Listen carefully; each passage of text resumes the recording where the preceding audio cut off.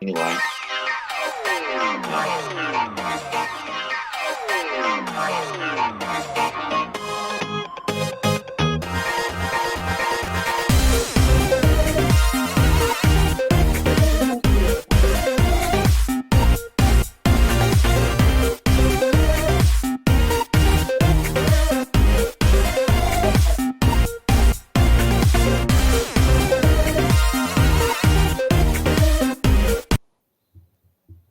And good evening and welcome to tonight's Order Paper Show, and would like to say our mystery panelist, Nicholas, welcome to the Order Paper.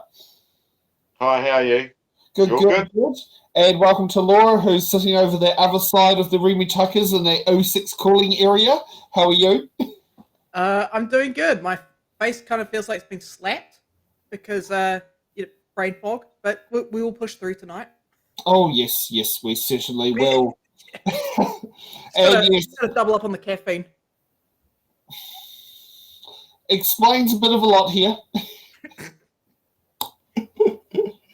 Okay, so tonight's show we're going to be talking about the Citizens, Western Samoa Restoration Amendment Bill third reading, followed by the Oranga Tamariki response to Serious Youth Offending Amendment Bill first reading, and if we got a bit of time, a bit of something I personally think we should cover is the Disputes Tribunal Amendment Bill first reading, which will raise the cap from $30,000 to take a claim near to $60,000.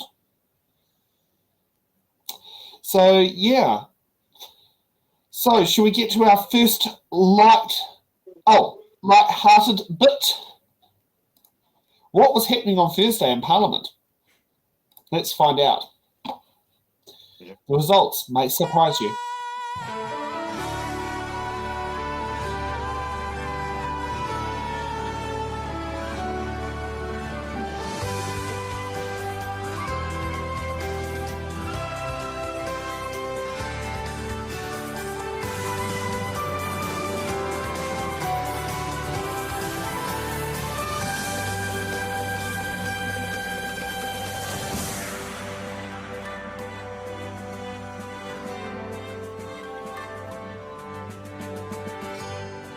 Wait for it.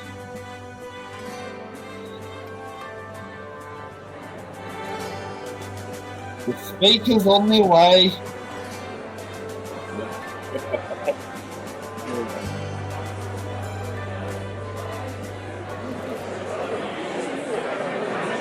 Here's the mace coming. Speaker. Yes. The issue is that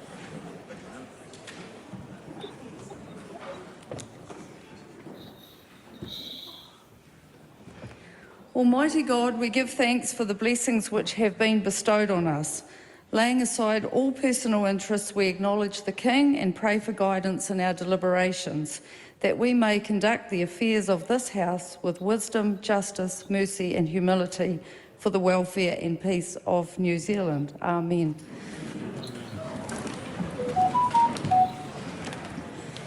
Members, I have received a letter from the...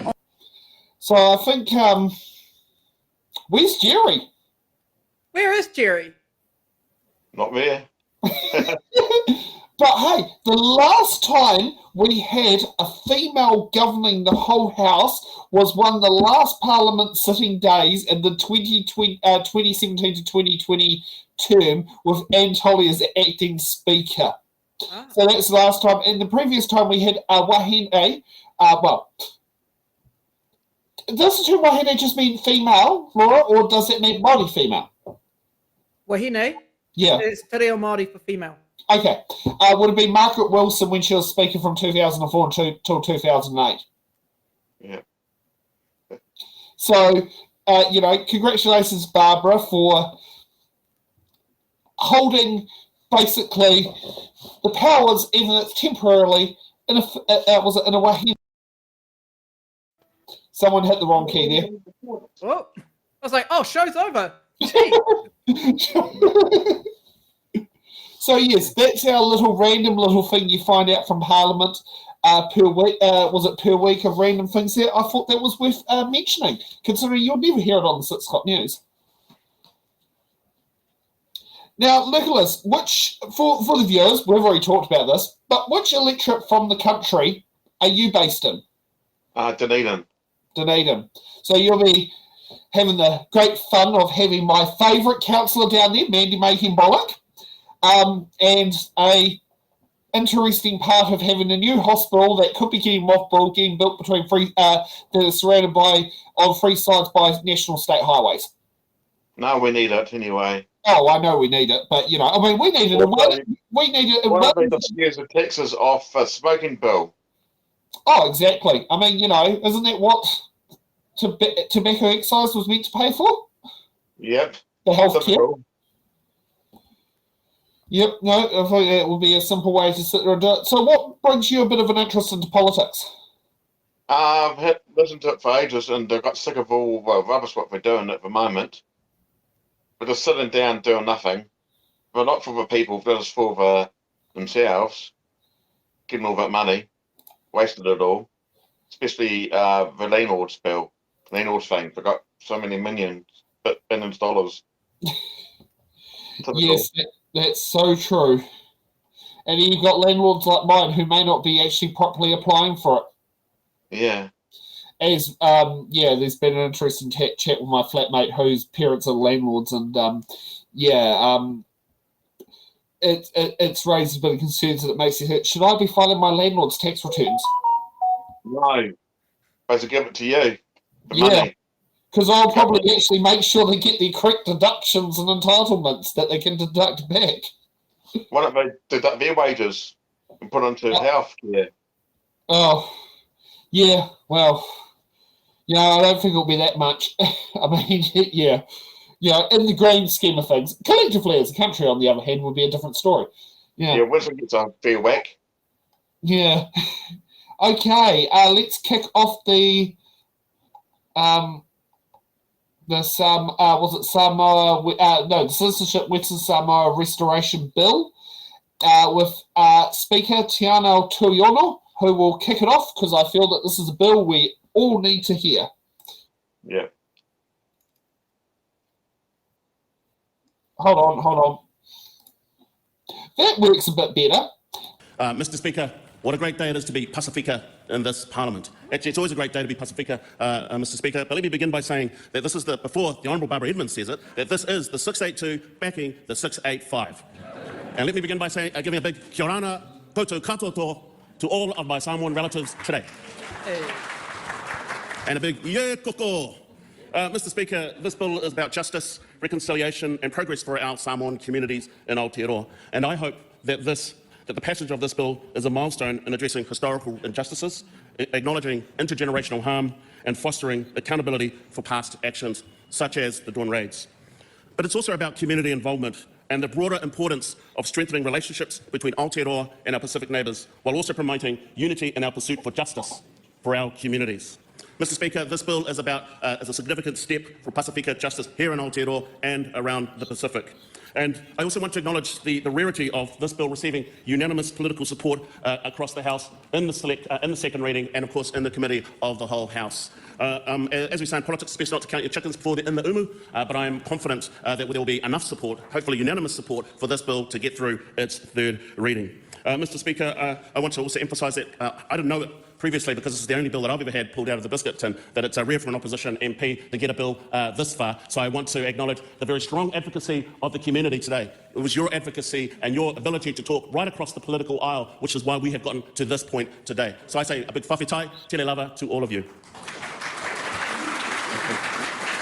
Mr. Speaker, often people ask me why the reasons for me putting this bill in the biscuit tin, and there are a number. As a first-term MP, you try to put something together to put into the biscuit tin, and in the last parliamentary term, we were working on the Dawn Raids apology, an incredibly heavy and painful subject for our peoples. And as I was doing that, Samoans my age were reaching out to me going, well, while you're doing this, there's actually all these other issues, and in particular, this very specific issue for our communities that we want you to address. And so today I want to acknowledge the Samoans who, of my generation, who are like myself, first-generation Pacific Islanders, born here in Aotearoa, New Zealand, who have similar experiences as me, who asked me to put this bill into the biscuit tin. And I note that I have I want to acknowledge a number of them today. I note that I've got a friend of mine, Te Ao Pritchard, she's up here as well. Other friends of mine like Tony Fala as well, and Green Party Councillor Renee Dingwall, who asked me specifically a lot to actually put something together to put this in the tin. Also acknowledging all the Samoans I went to Auckland University with, along with the Honourable Jenny Salesa, she'll know all of them, people such as Lotu Fuli, a number of us who ended up in He Whawhau He Polotu Niue, which was the Niuean Student Association, people such as Terry and the others. You had an enormous impact on me on why I should put this bill in solidarity with you and your communities. But most of all, Mr Speaker, today I am thinking of my brother, our brother, Whanana Efesel Collins. This one's for you, this one's for you. Mr Speaker, there is a historical context to this bill, and I want to acknowledge Whalemai Lesa, who I think might be in the gallery somewhere today. I want to acknowledge her commitments and the work that she did in 1978 to challenge the government when they took away her citizenship, Mr Speaker. I want to acknowledge the workers of that time who came to the Select Committee, who presented and talked about how they rallied behind Whalemai and her legal team to get the pūtea together, to get the funding together, to take the case to the Privy Council. Mr Speaker, they won that court case and they were right. They were New Zealand citizens and they had their citizenship removed. Mr Speaker, I want to reflect on the weight of the debates that we've had in this chamber, the weight of the conversations that we heard through the Select Committee process, and to celebrate and acknowledge the extensive consultations that we had with the impacted community. Mr Speaker, there were powerful testimonies from the Samoan community during the Select Committee process, and I want to praise the authenticity and the passion of young people, of our rangatahi, that came to the Select Committee process with their vision for a better future. Mr Speaker, if I could say to our Pacifica communities, seeing the strength and the intelligence of those young people, I am certain that the future of Pacifica communities is in safe hands. Mr Speaker, I want to acknowledge the involvement of many of the former MPs, and I acknowledge you, Anai Arthur and I, for your steadfast commitment to continue to push on this issue. And I note that there was a 2003 petition which had nearly 100,000 people, and also a demonstration outside the steps of Parliament. I want to acknowledge the other former Samoan MPs who have participated or shown their support throughout this process, such as the Honourable Lua Manuvau Winnie Laban, Teresa Ngobi, and Opeto William Seal, who actually he was one of the first people I rang when this thing when I got the bill pulled out of the biscuit tin.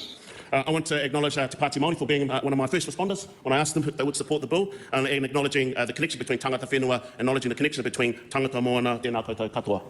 I also want to acknowledge the role of engagements with the Vau Vasa Manaia, the Right Honourable Winston Peters, for his very considered conversations with myself. We had a number of conversations with myself and the Honourable Jenny Salesa. 1982, I was just a kid, so having the experience of yourself, of the Right Honourable Deputy Prime Minister, Mr Speaker, was valuable in trying to find a way to navigate a way forward in this regard. Mr Speaker, Limaunga Lydia Sosende messaged me this morning, and I know that if she could have been, she would have been here. If she could have been, she would have been here. So my sister, I know that you are probably listening today. This bill is also for you. This bill is also acknowledging the work that you have done in the Select Committee and in your communities to get people to move forward as well. I would like to acknowledge the Yak Party, who also, during the first reading, surprised the nation, I think, with their support. So, Dr. Pamsi Palmer, I'd like to recognise your contribution and the contribution of the Yak Party. The Select Committee process, Mr Speaker, was amicable, I think, and I'd like to acknowledge the Cameron Brewer, Tim Costley and Tom Rutherford for their work behind the scenes, trying to wrangle their lot to get this over the line in a way that suits and benefits them. And, of course, Andy Foster, whose amendment paper got up and mine too didn't. So, congratulations to him for making sure that those amendment papers got over as well. Mr Speaker, before I end, the thing is with these types of things as members of Parliament, we get up and we talk and everybody thinks that it's all about us, but actually the real heroes are the staff, the real heroes are the workers. And so I'd like to acknowledge the staff that have helped to support me, our Chief of Staffs, our Directors, our Comm staff, but I want to acknowledge Samu Telefoni, who is here today, Mr Speaker. When I started this with Samu. I'm an Atuan, he is a Tongan, so you had an Atuan and a Tongan supporting our Samoan family. I would also like to acknowledge Liara Koika Stevens, who's been doing a lot of the heavy lifting behind the scenes, making sure that I'm organised along with Samu as well, and the massive amounts of support that we've had from many of our young Māori and Pacific staff, Mr Speaker, Jackie, Poppy, Tamahina and Sean, and all of our Green Party staff, Mr Speaker. Mr Speaker, the Greens are proud to have championed this bill, and we hope that it goes to some way to atoning for the past wrongs of this Parliament by the state against Pacifica communities. Let's savour this small but significant victory and carry forward the momentum to achieve possibly even greater things. When we unite in the pursuit of justice, there's so much more that we can accomplish. Mr Speaker, whawhitai te lava, mei taki rā nui, I commend this bill to the House.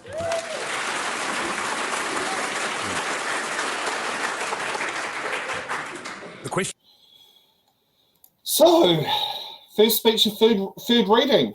Feels very big positive fanfare.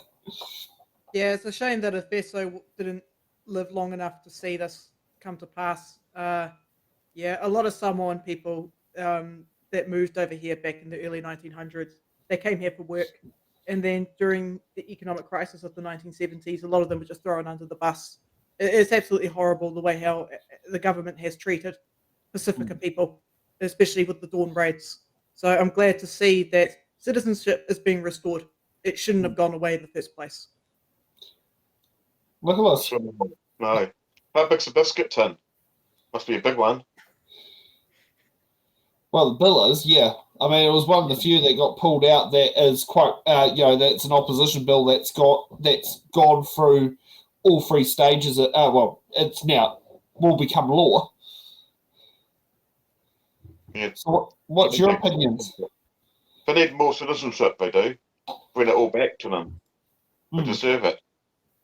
Yeah. I'm still trying to figure out what the 625 to the 628 is, because to me it feels like telephone numbers.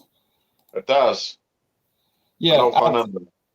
The 625 is Hillsborough, Mount Roskill, Royal Oak and Free Kings area of Auckland, but I've not found where the 628 is. It's like it may not be an available exchange. May not be. Yeah.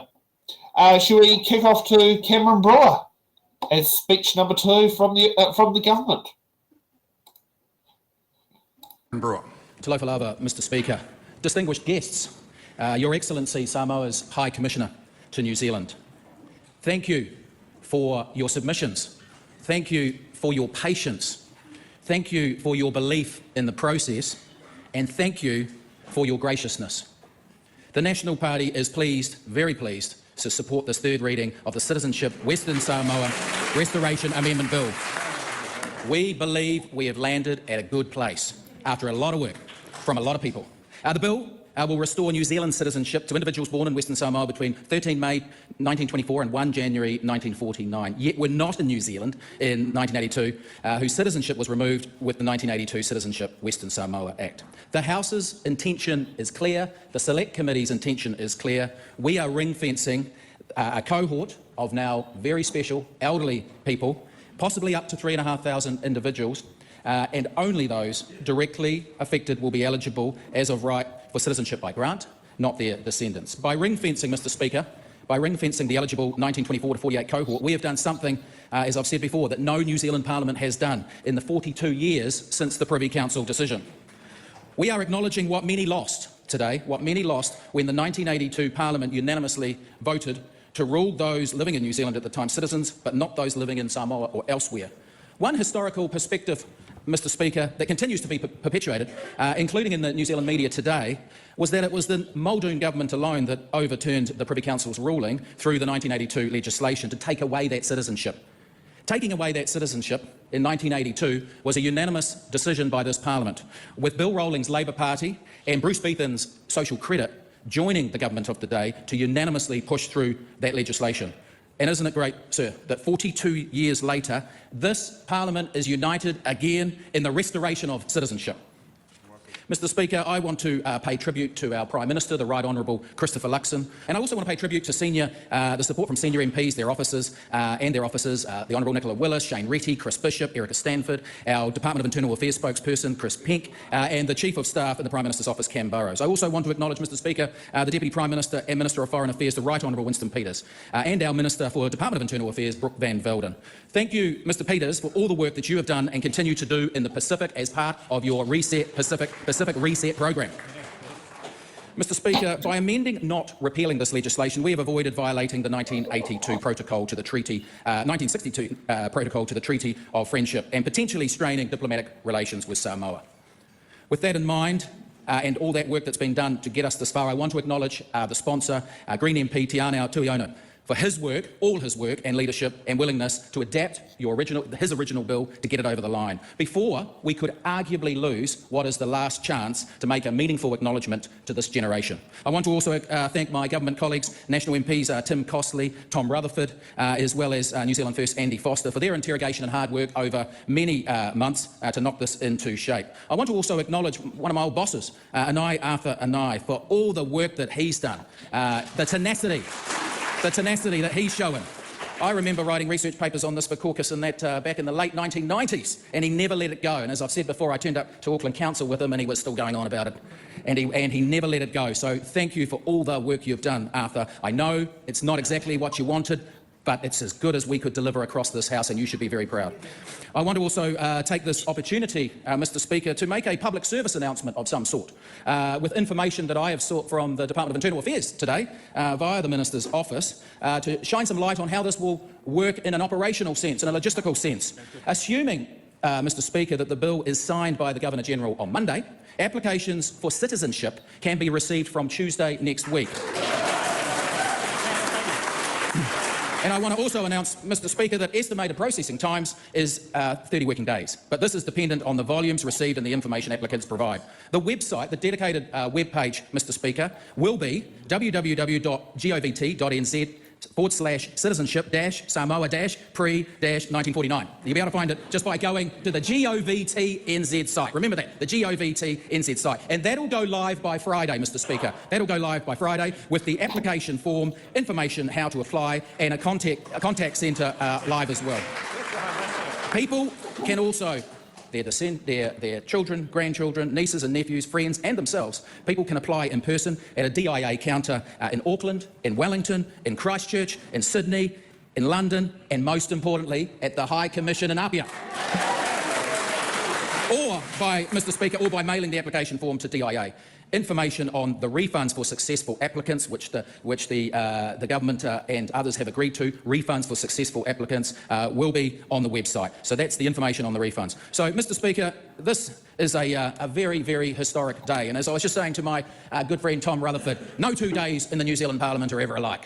And so it's great to be here for this historic moment, knowing that it has been 42 years in the making. And frankly, our Prime Minister can feel proud that since 1982, after 6 Labour Prime Ministers and 4 national ones, he is the one Prime Minister who is putting his support to this. I want to also acknowledge the support and willingness of the National Caucus to back this. That is the front bench and the back bench. Mr Speaker, 42 years in the making. And it gives me great pleasure to commend to the House the Citizenship Western Samoan Restoration Amendment Bill. Thank you. Yeah, I mean, like pat me on the back. I mean, no, you don't get pats on the back because both Labour and National implemented this the previous legislation that led to the Dawn raids. So it's like no one gets a pat on the back. The fact that this wasn't done sooner makes you get an eyebrow raise. You don't get a pat on the back. Yeah. Yeah, that does feel, it did feel a bit more like pat me on the back. Yeah. Nicholas, you're being quiet. Yeah, I wonder how many people sign up for, to do the application forms. Probably quite a few Samoans. Oh, I wouldn't be surprised if tomorrow there's queues going outside the office and was it Samoa? Was it New Zealand High Commission in Samoa? Yeah, but there's no office in Dunedin, so I have to travel to Christchurch. Oh, yeah. Oh, there's no DIA office in Dunedin? No, it used to be. Now it's in Christchurch. Oh, that's not helpful. So if there's any Samoans in Christchurch who are eligible, not Christchurch, Dunedin, you've got to make a trip up the road that you can't do by train, that you can possibly do by plane, or how long does it take to drive? Or a bus. Yeah, it's I do. I've done it once, and it does feel like it does take a long time. Yeah. But I mean, I did that day. I did Picton to Dunedin in one day, and that is longer than driving from Wellington to Auckland.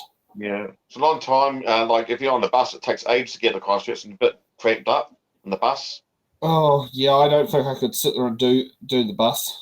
You know what? It's. I was just thinking about government apologies. The government really does owe an apology to other Pacific Islander groups that were caught up in the Dawn raids. They also owe an apology to Māori people as well, who the police back during that time told Māori people to carry a passport on them. My mother was one of those people. I know multiple who still to this day constantly carry their passport on them from the Dawn raid eras as well, which is really sad. It is. Being called an illegal immigrant in your own fucking home is an insult. Yeah. Okay, let's get on to the Leader of the Opposition, Chris Hipkins, when I get to the right screen. Talofa Mr. Speaker, and to all of our Samoan communities here at Parliament today and who are watching around Aotearoa and in fact around the world. I know today is a very significant day for all of you. Welcome to Parliament. Today is about righting an historic wrong. It is a very big day and I'm proud to be able to take this call and lend Labour's full support to this bill. Today is about correcting and finally recognising thousands of Samoan New Zealanders who have always had the right to New Zealand citizenship. Today is about justice, and I acknowledge it has been a long and a hard battle for so many people who have fought for justice for so long. And I want to acknowledge Te Anō Tuiono for bringing this bill before the House. I want to thank him and the Green Party for working constructively with all parties in this House and for working particularly with my Labour colleagues who I'm speaking alongside here today. Thank you for your collaboration in making sure that this bill made it over the line. On issues like this, working together is absolutely the right thing to do, and I'm very proud to stand here today to say Labour has supported this bill at every step of the way. To the tens of thousands from our Samoan communities whose voices have helped to shape this bill, thank you for your ongoing and your strong advocacy. I know there have been a lot of talanoas held throughout the year with the community, and I want to acknowledge that many have shared deeply felt, personal and generational stories of their experiences as a result of that 1982 Act and the history between New Zealand and Samoa, and I want to thank you for sharing those stories.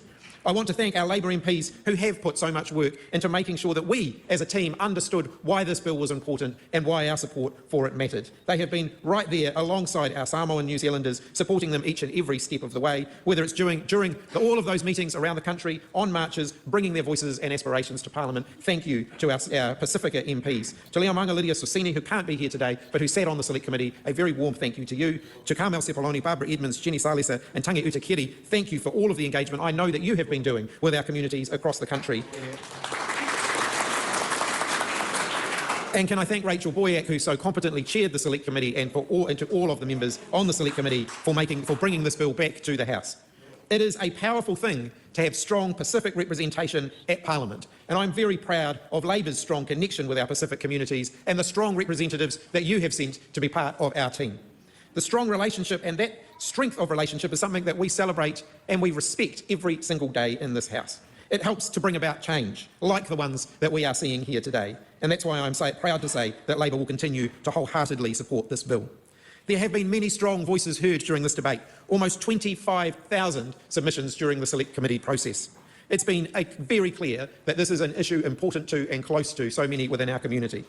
I want to thank one submitter, Whalemai Lesa, who made history by successfully arguing her case to the Privy Council 4 decades ago that she was indeed a New Zealand citizen.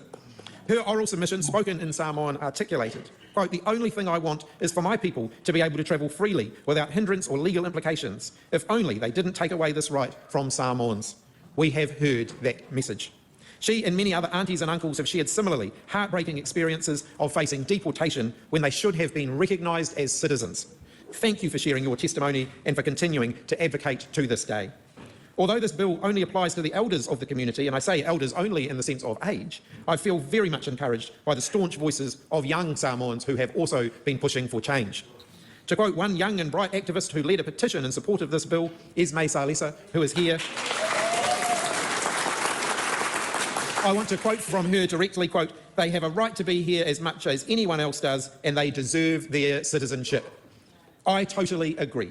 This is about fairness. It's about ensuring that those who are entitled to the rights other New Zealanders have are afforded those rights. Outside of the scope of this bill, during the Select Committee process, we also heard from the community that they want Samoan New Zealand visas to be reviewed. We, as the Labour team, would be supportive of the government exploring those issues to remove and alleviate any potential barriers for Samoan New Zealanders wanting to make coming to New Zealand more accessible for their families. Today's decision to overturn injustices of the past against our Samoan communities is the way forward in honouring the spirit of the government's Dawn Raids apology. The apology was a watershed moment for New Zealand, and I know how important it was for our Pacific communities. But I also know that we've still got a way to go to make sure that our actions match up with the words in that apology. And today's passage of this bill through the House is another thing that gives meaning to the words when we said as a country that we were sorry. We must look to our past to reconcile our future. The Muldoon era heralded a series of discriminatory immigration laws, which of course led to the Dawn Raids and the subsequent 1982 removal of citizenship for Samoans born between 1924 and 1948. It should never have happened. Today is a step forward. I know for many Ainga, they've waited a long time for this. I know just how much today means for you all and what it means for the thousands who are now going to be eligible for citizenship. I'm glad through the Select Committee process we were able to achieve something which wasn't achieved at the first reading, the unanimous support of all parties in Parliament for this legislation.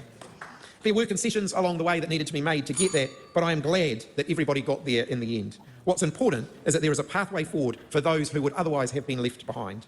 I know our Samoan communities are amongst our hardest working and proudest New Zealanders, and I know that today is a big day. I know for some of you, citizenship was the last step to being fully recognised as a New Zealander and finally feeling like you can call Aotearoa New Zealand home. And I can assure you that you have always been home here. Whenever I've been with our Samoan communities here, whether it's at a Pacifica Fest, at a whale, or simply walking down Great South Road in Otahuhu, I've always been made to feel very warmly at home. I have always been very well fed, and I have always enjoyed great company. We're really proud of our Samoan communities here in New Zealand. Thank you for everything you contribute to the richness of this country. It's a legacy of empowering our communities that we're firmly committed to upholding. So for those of you who are eligible, I understand the oldest cohort may be as young as 100 years young. Once the applications are open, I encourage you to consider it. You have a right to participate in this country to the fullest, and we are very pleased that you are finally going to get this opportunity. Whakatai tale lava. Thank you all again. And as my colleague and good friend Barbara Edmonds, who no doubt is going to speak and say this later on, today it's the 685s to the world. Okay, so 685s. I wonder if that's a telephone number block. Probably. I'll tell you what will really sweeten the deal, though. Removing the application fee, $204. It's like, no, just make that shit free. Yeah, it should be totally free. Now, Cameron Brewer did say in his speech that every successful application would be refunded. Successful? Yes. Yeah, I guess it's a fair compromise. Yeah, that is something that he did. I did hear in his speech that he said that the successful applications will be refunded, which is a good. At least that kind of acknowledges the right process, because it's at least it's going well. If you're eligible and you're not wasting people's time, you will get it. Whereas if you're just going to waste people's time, you don't get it back, which is normal when it comes to immigration applications. You don't tend to get the money back at the end of it, regardless of whether you're successful or not. Personally, I'll just give everyone $204. Call it a day. It's like, sorry. Yeah. It's like, don't even have an application fee. Just give them the money. Yeah. Let's get on to Dr. Panjit Palmer. On behalf of the ACT Party to support the Citizenship Western Samoa Restoration Amendment Bill.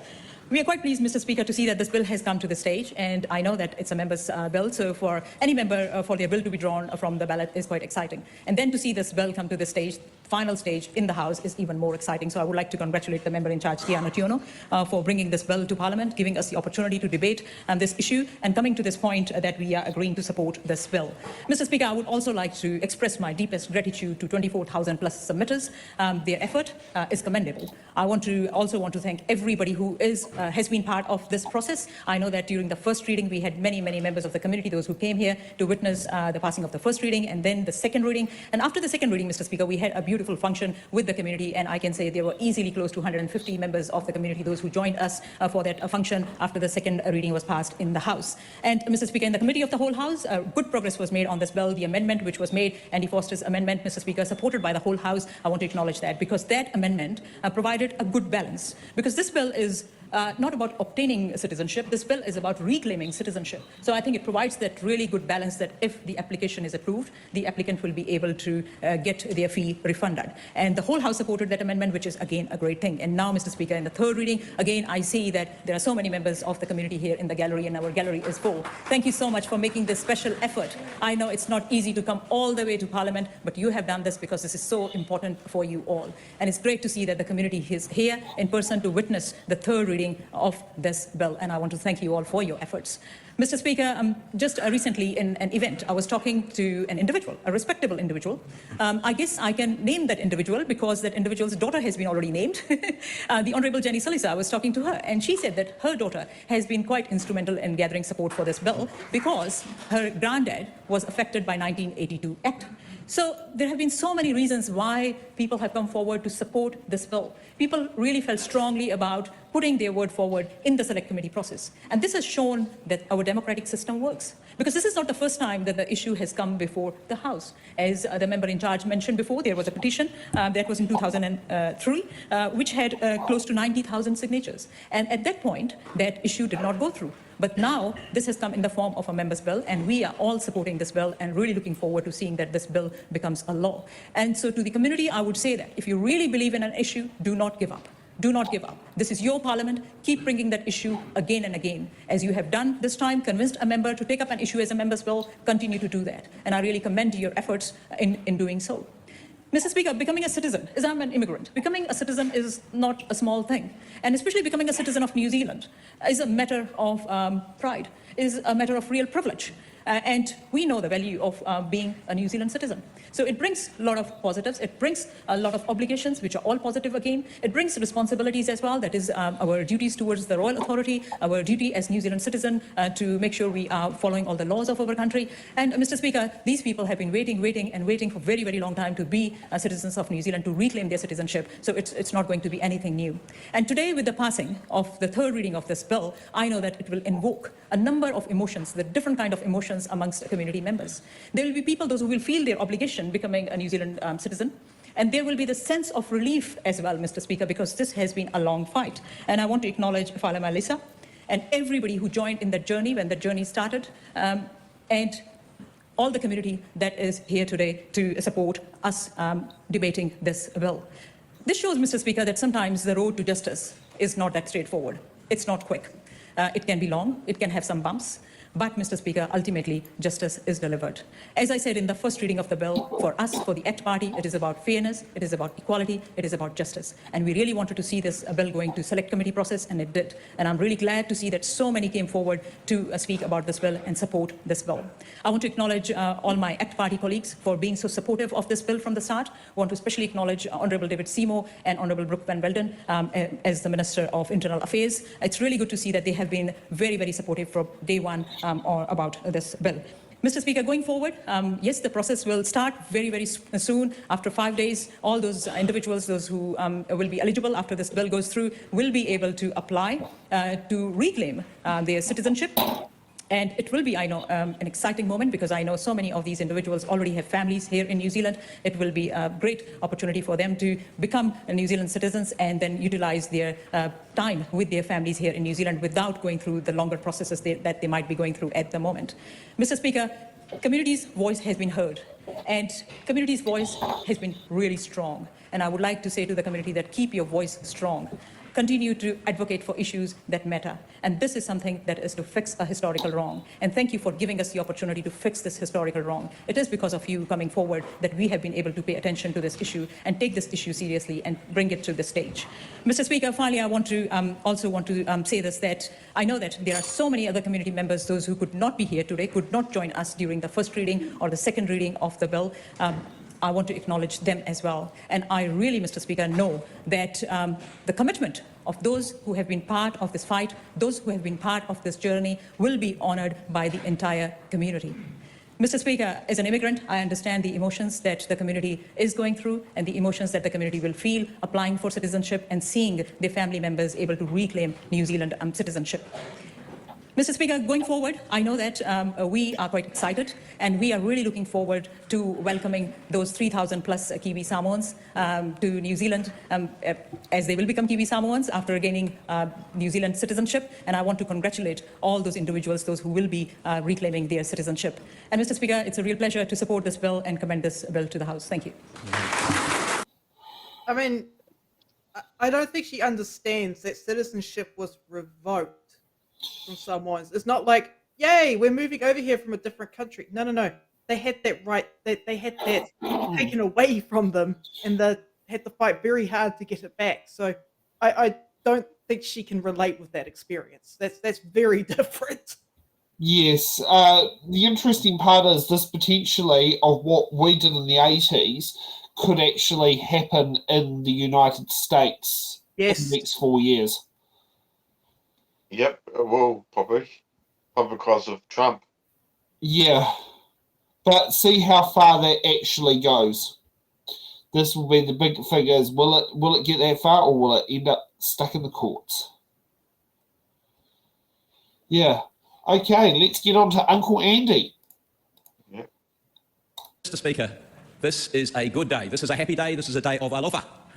It's a day that we together take the final steps in this House to right a wrong that is 42 years old. It's a day when this Parliament does what no other Parliament has done over that 42 years, despite several requests to take action. And it's a day when this Parliament will be unanimous, I'm confident will be unanimous, Tiano, will be unanimous in supporting this legislation to correct that wrong which was done 42 years ago when that House was unanimous in creating the wrong in the first place. Mr. Speaker, I'm delighted to speak in support of this bill on behalf of New Zealand First.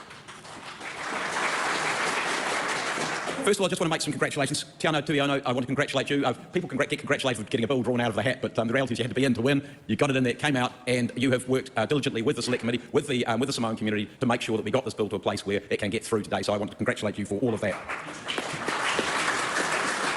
Mr. Speaker, I also wanted to place on record my thanks and congratulations to all of the Select Committee. We worked, the Governance Administration Select Committee worked really collegially under the chairmanship of Rachel Boyack, Lamonga Lydia Saseni, who's unfortunately not able to be with us. Quite a number of other members of Parliament were involved in that, my colleagues on this side, Tim Costley, Cam Brewer and Tom Rutherford, and we worked really collegially together to make sure that we got this bill into a place where it will get through this House unanimously. And I don't think we've actually thanked a little bit the officials, but I do want to place on record, and I'm probably going to miss someone here, our thanks to all the officials from the different agencies, the Department of Internal Affairs, MB through the Department, or through Immigration, the Ministry of Foreign Affairs and Trade, Pacific Peoples.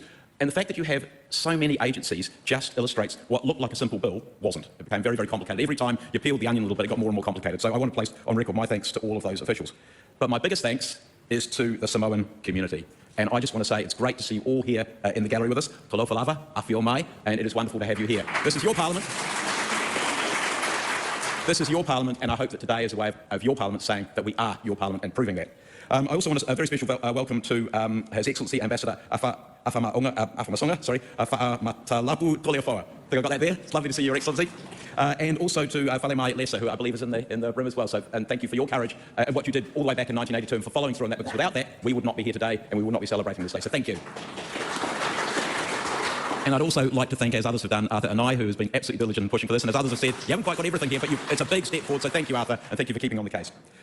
It's been, as I said, a privilege to be on the Governance and Administration Select Committee to work through this complicated bill. As you've heard, we had in excess or around 25,000 submissions, and actually on top of that, one of those submissions actually represented nearly 6,000 people. So effectively, we had 30,000 voices from around New Zealand, but also from Samoa as well. And I think that shows the depth of feeling and the importance of this bill to the Samoan community. And I want to say, we heard you. We heard what you had to say. We heard your stories. We heard your hopes, your dreams. We heard the stories of your fathers, your mothers, your grandfathers, and your grandmothers. We heard clearly the sense of a great injustice having been done in 1982. We heard your passion. We heard about the immense positive difference that you have made as the Samoan community in New Zealand. And I just want to say thank you for telling us your stories, thank you for your patience, thank you for your positivity, and thank you for your grace in what you've done. What the bill does? Well, first of all, as we know, it gives the right to citizenship for people born in Samoa between 13th of May 1924. And when I wrote down 24, it's like going, oh, that's this year, but no, it wasn't. It was 100 years ago. And 31st of December 1948. It gives the right to apply for New Zealand citizenship and to know that it will be granted. To know that it will be granted. I was pleased that the House unanimously picked up and supported an amendment, which one or two of the other speakers have already mentioned. We deliberately tried to keep the price of application low in the first place, but we decided we would put a price on it simply because otherwise we might have an enormous number of applications which weren't eligible, and the Immigration Service was saying, please God, don't let us get overwhelmed by that. So we put a price on. But to me, the issue there was, why should you have to pay for something which was already yours? So you pay up front, and the amendment which the House unanimously supported, which I thank you all for, from myself and from New Zealand First, was that you will get that money back. So you don't have to pay for what you already had. This bill, soon to be an act, is built on history, and it's not a history that New Zealand can be very proud of. New Zealand took over Samoa in the great colonial way, as things were in those days, from Germany at the beginning of the First World War.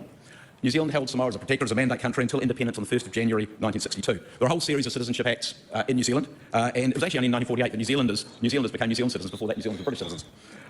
But to me, when you look at that legislation, it's quite clear that people born in Samoa, when Samoa was a protector of New Zealand, were New Zealand citizens. Because if not New Zealand citizens, then what? Because Samoa was not recognised. So what other than being a New Zealand citizen? And that really is at the heart of this case. And that was the heart of Whalemai's Lesser's case. How can I be an overstayer if I'm already a New Zealand citizen? Now, the courts in New Zealand said, no, that can't be right. But the Privy Council said, yeah, that's right. Yes, you are a New Zealand citizen. And then, of course, the government of the day, with the support of the opposition of the day, all the parties of the House, said, actually, no, we don't like that, so we're going to remove that. And that is the injustice which we're putting right today. As I said, it's not a history that New Zealand can be proud of. It was negligence, a bit of arrogance probably in there as well, that led to a New Zealand ship docking in Samoa during the influenza, and 1 in 5 of the Samoan population perished as a result. It was probably worse than negligence when New Zealand forces opened fire on a peaceful demonstration in 1929, killing 11 people. And then, of course, I don't know what you could call it other than racism to say that how New Zealand behaved during the Dawn raids. So New Zealand does not have a proud record. And as we went through the process of hearing some of the submissions, I kind of wondered, why is it that you want to be part of New Zealand? So I say sorry on behalf of that, and you've had apologies over time, but New Zealand does not have a proud record in terms of our relationship with Samoa. In terms of the bill, we considered several key issues. First of all, do we agree with the core of the bill? And the answer now unanimously is yes, we do. Secondly, do we repeal the 1982 Act, because it's much hated, it's a good symbol to repeal it, or do we amend it? And we decided on majority to amend it. And the reason for that was, apart from MFAT saying to us, please don't repeal it, because there are a whole bunch of things tied up in the Treaty of Friendship. We've only actually got one Treaty of Friendship with New Zealand, and that is with Samoa, because it will cause ructions in that. But the 1982 Act, of course, also included a faster pathway to citizenship. So if you're in New Zealand, you don't have to wait the 5 years, which other people do. And I remember as the Mayor of Wellington, I always used to ask in citizenship ceremonies, which are a wonderful thing, in citizenship ceremonies, how long have people been in New Zealand? Oh, 5 years, 6 years, 7 years, 20 years, 30 years. Samoan people said, oh yeah, a year, maybe.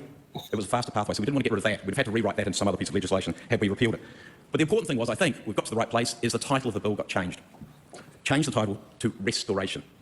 Restoration, something that was always should have been yours, being restored. And I think that is a really good, positive thing to do. As I said, citizenship will be automatic. You just have to apply. And just to finish off with, there's a couple of other things outside the bill, and I was really, really strong on this personally. One of them was we heard a lot of submissions saying we want the ease of being able to move backwards and forwards. Whether we're a citizen, whether this affects us or not, it's the ability to be able to move backwards and forwards for family reasons, for events, whatever it might be, for celebrations. That's really important, and that is one thing that we as a select committee have said to the executive, please can you have a look at that? And we heard the leader of the opposition saying that they will support that as well.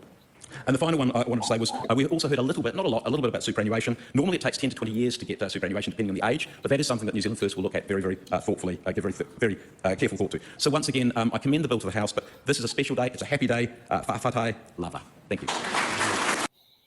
I have to say, I'm pretty impressed by Andy Foster's knowledge about Samoa. Okay, I'll give it to him. Yeah, well, when you're the mayor, you do a lot of swearing in. Now, something I have definitely found out is that Samoa does allow dual citizenship, which was something for a long time Samoa didn't actually allow dual citizenship, because I know some Samoan-born people moved to New Zealand, got New Zealand citizenship, had to relinquish Samoan citizenship. So, but since 2004, you have been allowed to be a dual national if you have gained it after 2004. Yep. Yeah, so that actually possibly could work in a better sense now than before, as the dual still have the dual citizenship nature. Yep. No, I've credit where credit's due to Andy on this one. Yeah. Knows the stuff. Yeah, no, it's one good thing about having him in Parliament is, he We get a lot out of him. He wakes people up. He does. Yeah, no, there is enough there. Like some people say, I'm not hard enough on him, but it's what happens when you actually know the guy, and you know him reasonably well. You do see these politicians in a slightly different context than you do when you just see them as figures from some part of the country. Like I see Andy Foster or I see Julian Genter in a very different context to how I see, say, Penny Simmons or Rachel Boyack or who's an MP from up north, Michael Wood or something like that. So I see David Seymour. Yeah, David Seymour. Yeah, exactly. Yeah. Okay, we'll head to Debbie Narua Paka.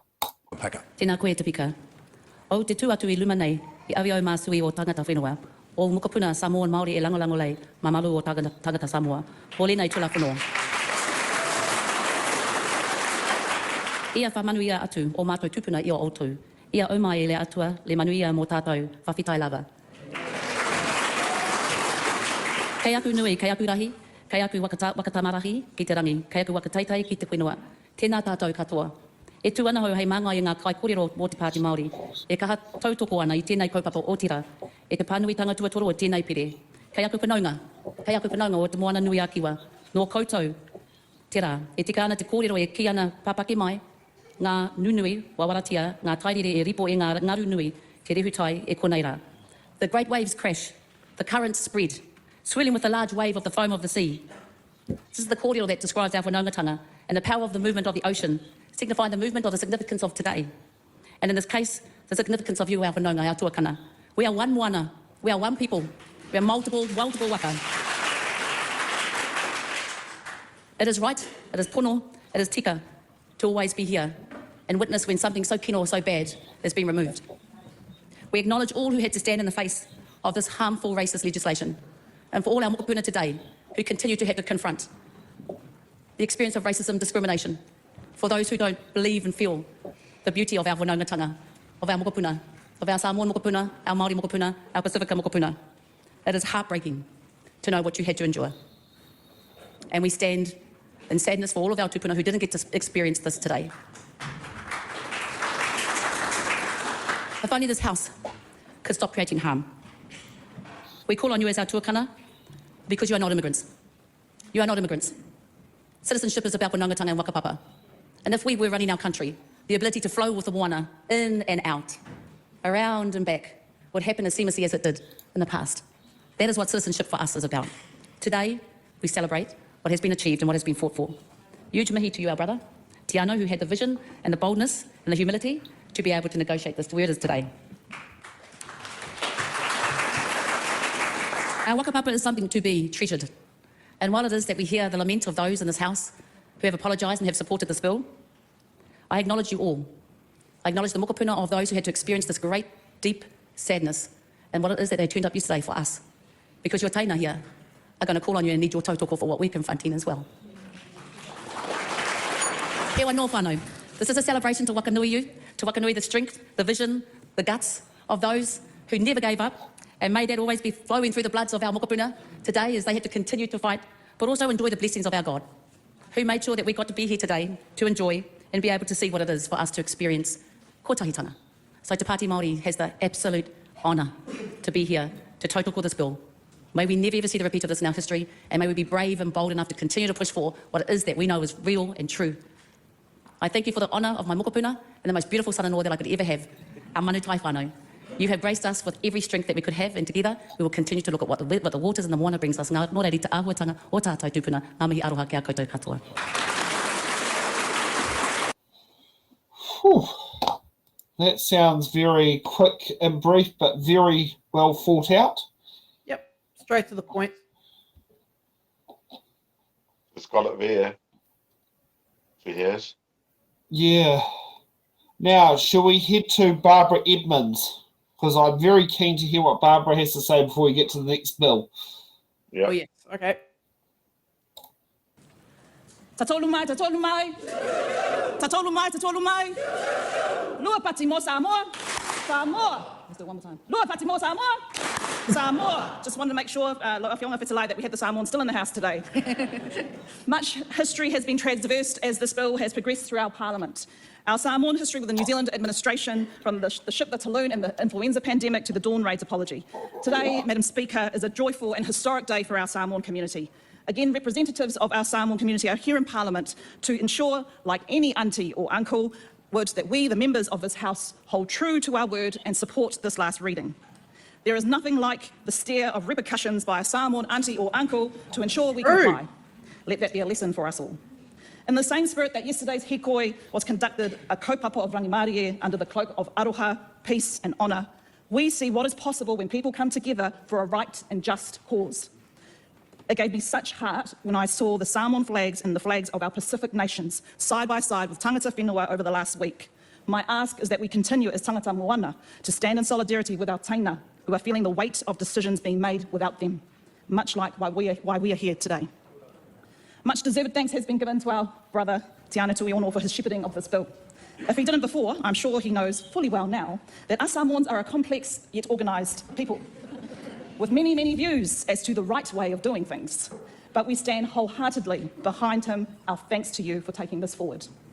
We also remember at this time our good friend Whaana Efeso Collins and his wife Fia and his beautiful girls, who would have been proud of the impact he continues to make here. Much thanks has been given today. I echo those sentiments to all those that have been named. The one group I wanted to focus my particular thanks to today, as we conclude this historic day, are the hundreds of the cleaners, the kitchen hands, the supermarket workers in our Samoan community in the 1970s and 1980s who organised to raise the funds for the Privy Council case taken by Whalimai Lesa, who tested the law, succeeded and ultimately has paved the path to where we are today. These low-income workers and their supporters did what we know best, worked as a village to raise funds for a matter of significance. What little they had, they still gave, and similar to the parable of the widow's offering in the Gospel according to Mark, much blessings will be given accordingly, whether it be in this life or the next. But villagers need chiefs, and I want to ask the House to indulge me on acknowledging the Special Committee on the Overstayers issue.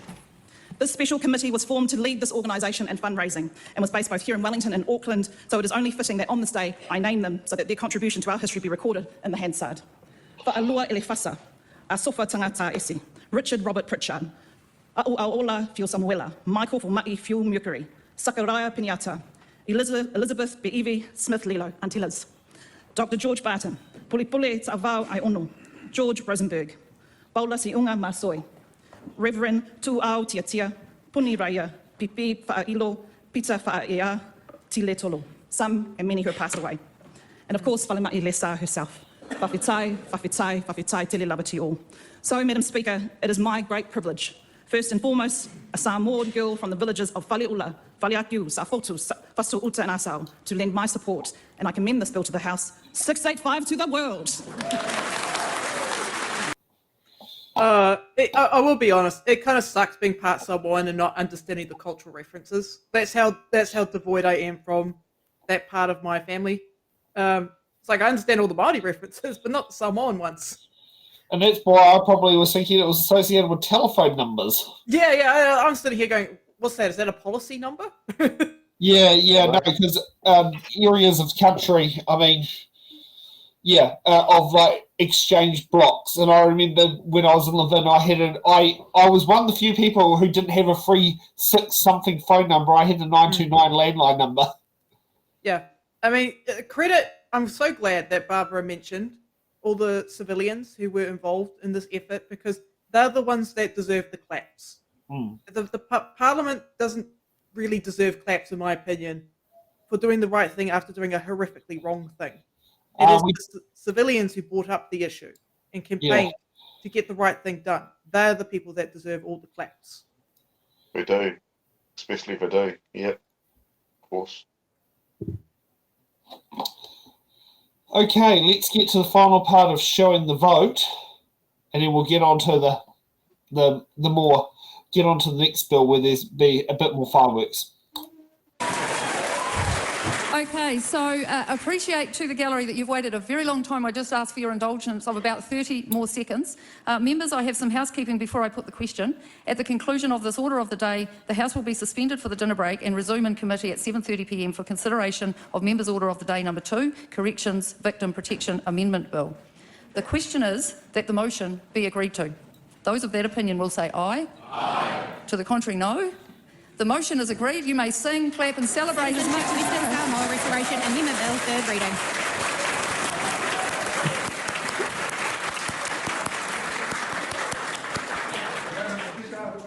Since we have been given permission to sing one more song. You have? Confidence, because today, this is the day that the Lord has made. Just listen to me. There's no only choices. Be glad of it. So right on, Prime Minister, cabinet members of the House, and honourable members of the government, thank you so much. Our prayers are answered. Thank you for your grace. Thank you for your compassion. Thank you for your love. Now we know, people of this land, we are sharing the same DNA. Yes, praise the Lord. Sharing the same DNA.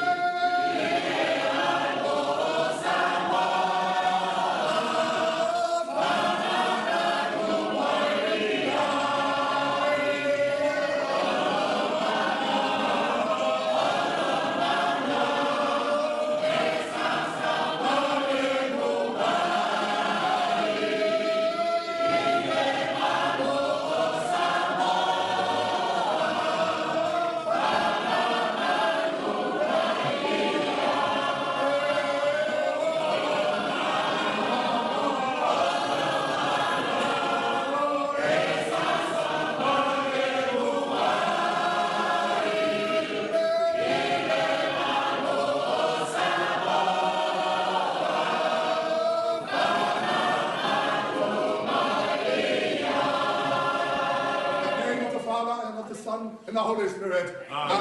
God bless the House.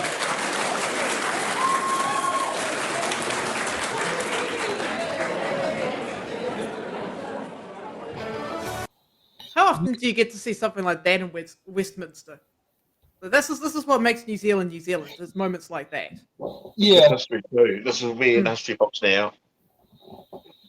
Yeah, and it's all recorded for us to watch time and time again. Yep. Yeah. They'll make it New Zealand a good history. So they'll probably have to teach that in schools, the history of this bill. Yeah.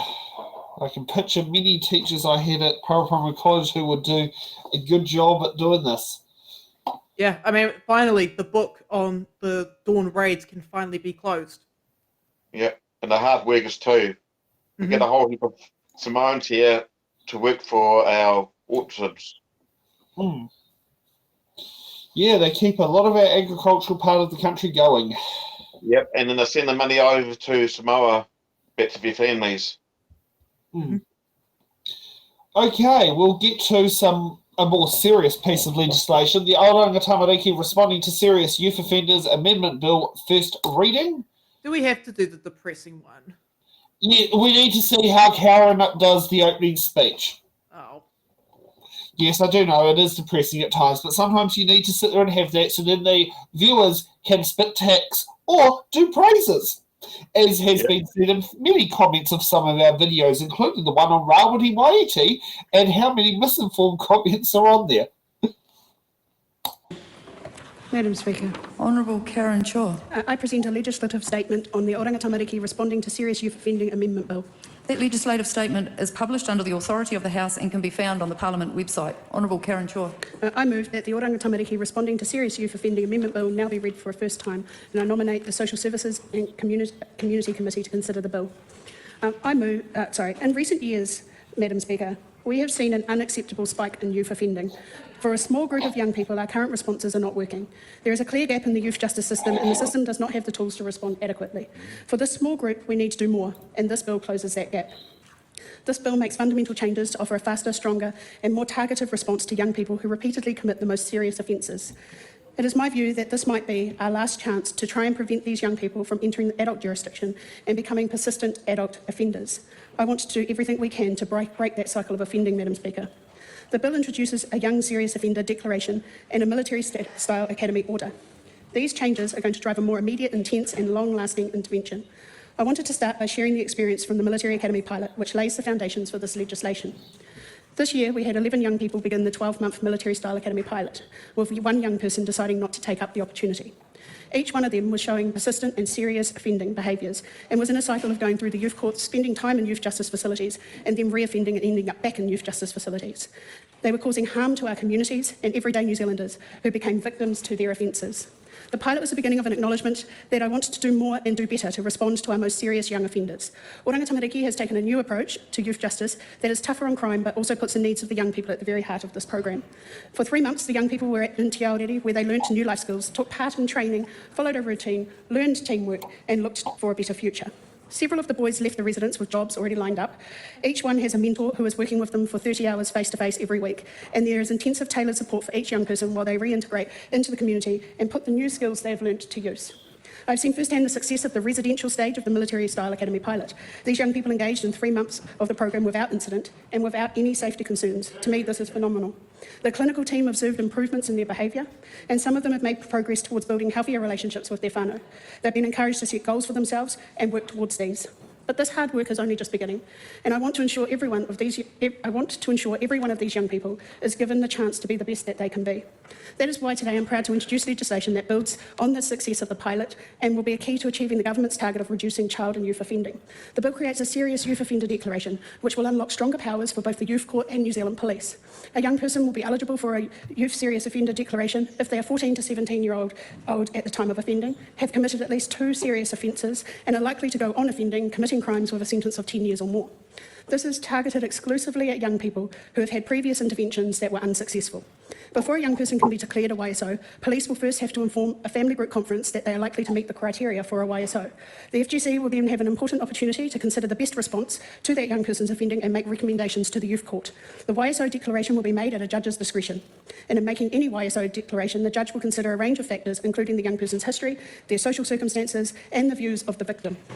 Once a YSO declaration is made, it will last 2 years, allowing experts to invest in and get alongside these young people over a longer period of time. After a declaration is made, the Youth Court will have a range of new powers available to it, including the ability to make a military-style academy order, longer Youth Court orders, and increase the use of electronic monitoring. Crucially, for every young person declared to be a YSO, it will also trigger a far more intense operational response.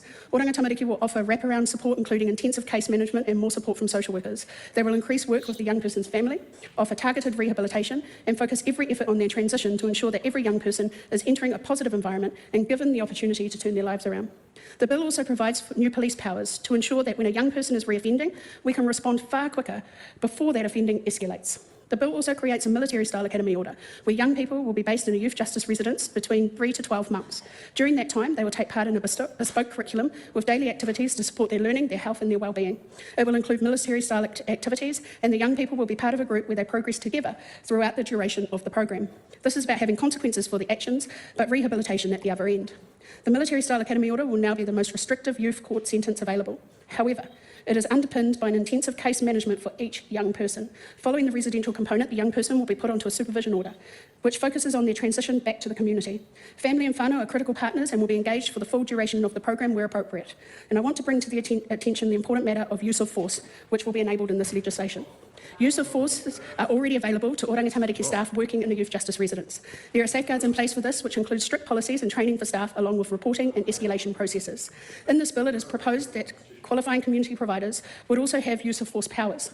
This is to ensure that providers and their staff, whether Oranga Tamariki or another agency or provider, will have the power to use force in the form of physical restraints or physical holds no greater than reasonably necessary to prevent a young person from being harmed, harming themselves, or harming another person. It also prevents a young person from absconding from a residential location or while outside the residential location for other activities, or while at another location used as part of an MSA from time to time. The intention of these powers is keeping young people safe, keeping the people working with them safe, and keeping our communities safe. If we're going to devolve back to community and back to iwi, we need to be able to give them the same powers as Oranga Tamariki, so in the future they may be able to run these programs themselves. These powers will have carefully considered safeguards enabled by secondary legislation. They are existing legislative provisions which provide for restricted use of force of powers in order to keep children and young people safe in the community. For example, under the Education and Training Act, which applies to all schools, or authorised staff members in teaching positions at registered schools are able to physically restrain a student where certain conditions are met. This will be the same. This bill is an important step as we get to the root of serious and persistent youth offending, Madam Speaker. It signals a change in direction the government is taking to provide a stronger, faster and tougher responses to young people who continually offend. We want every young person who will be part of this program to take up every opportunity that is offered to them. But ultimately, Madam Speaker, what they do with these opportunities will be in their hands. I wish to acknowledge the work of my colleagues, the Minister of Justice, Honourable Paul Goldsmith, and the Minister of Police, Honourable Mark Mitchell, who have worked closely with me to help me deliver this bill. I commend this bill to the House. The question is... Okay. Well, I don't commend it to the House. I commend it to the rubbish bin. Well, that is probably where it might belong. I don't know. It reminds me of limited volunteer service course you do with a working income. LSV? Like that. LSV course. Well, LSV, the difference between LSV and what this is that LSV is voluntary, right? Yeah, it is. It's voluntary to go. This is compulsory. A judge can send you to go to one of these. Oh, it reminds me of back in the old days, like people with compulsory training. Back in my father's time, he had compulsory training. Yep. Yep. And the older people had compulsory training, so you go there, you got compulsory training. Yeah, and I do know there was the ballot of being called up for the draft. I do know that happened because I know my uncle was watching it for during the Vietnam War. So I do know that. But I mean, the big question is it? I mean, these courses aren't being run by the military. That's the thing. The military don't want to touch it with 10-foot barge post. No, they said it before. They didn't want to touch it, and the government wants them to touch it.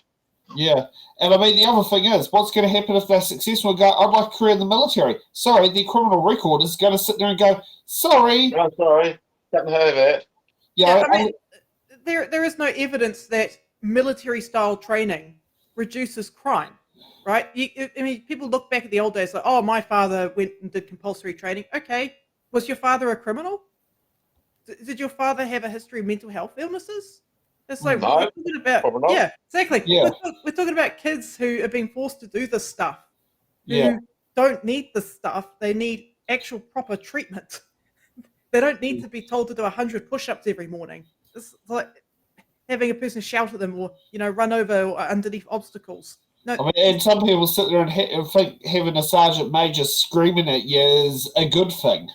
Yeah, Or make your own bed. Yeah. It can be, I mean, it's one of those things. Is that what you want? Because, if you subject someone to that, what's going to be a potential future life for them? Are they going to become, perpetrators of domestic violence?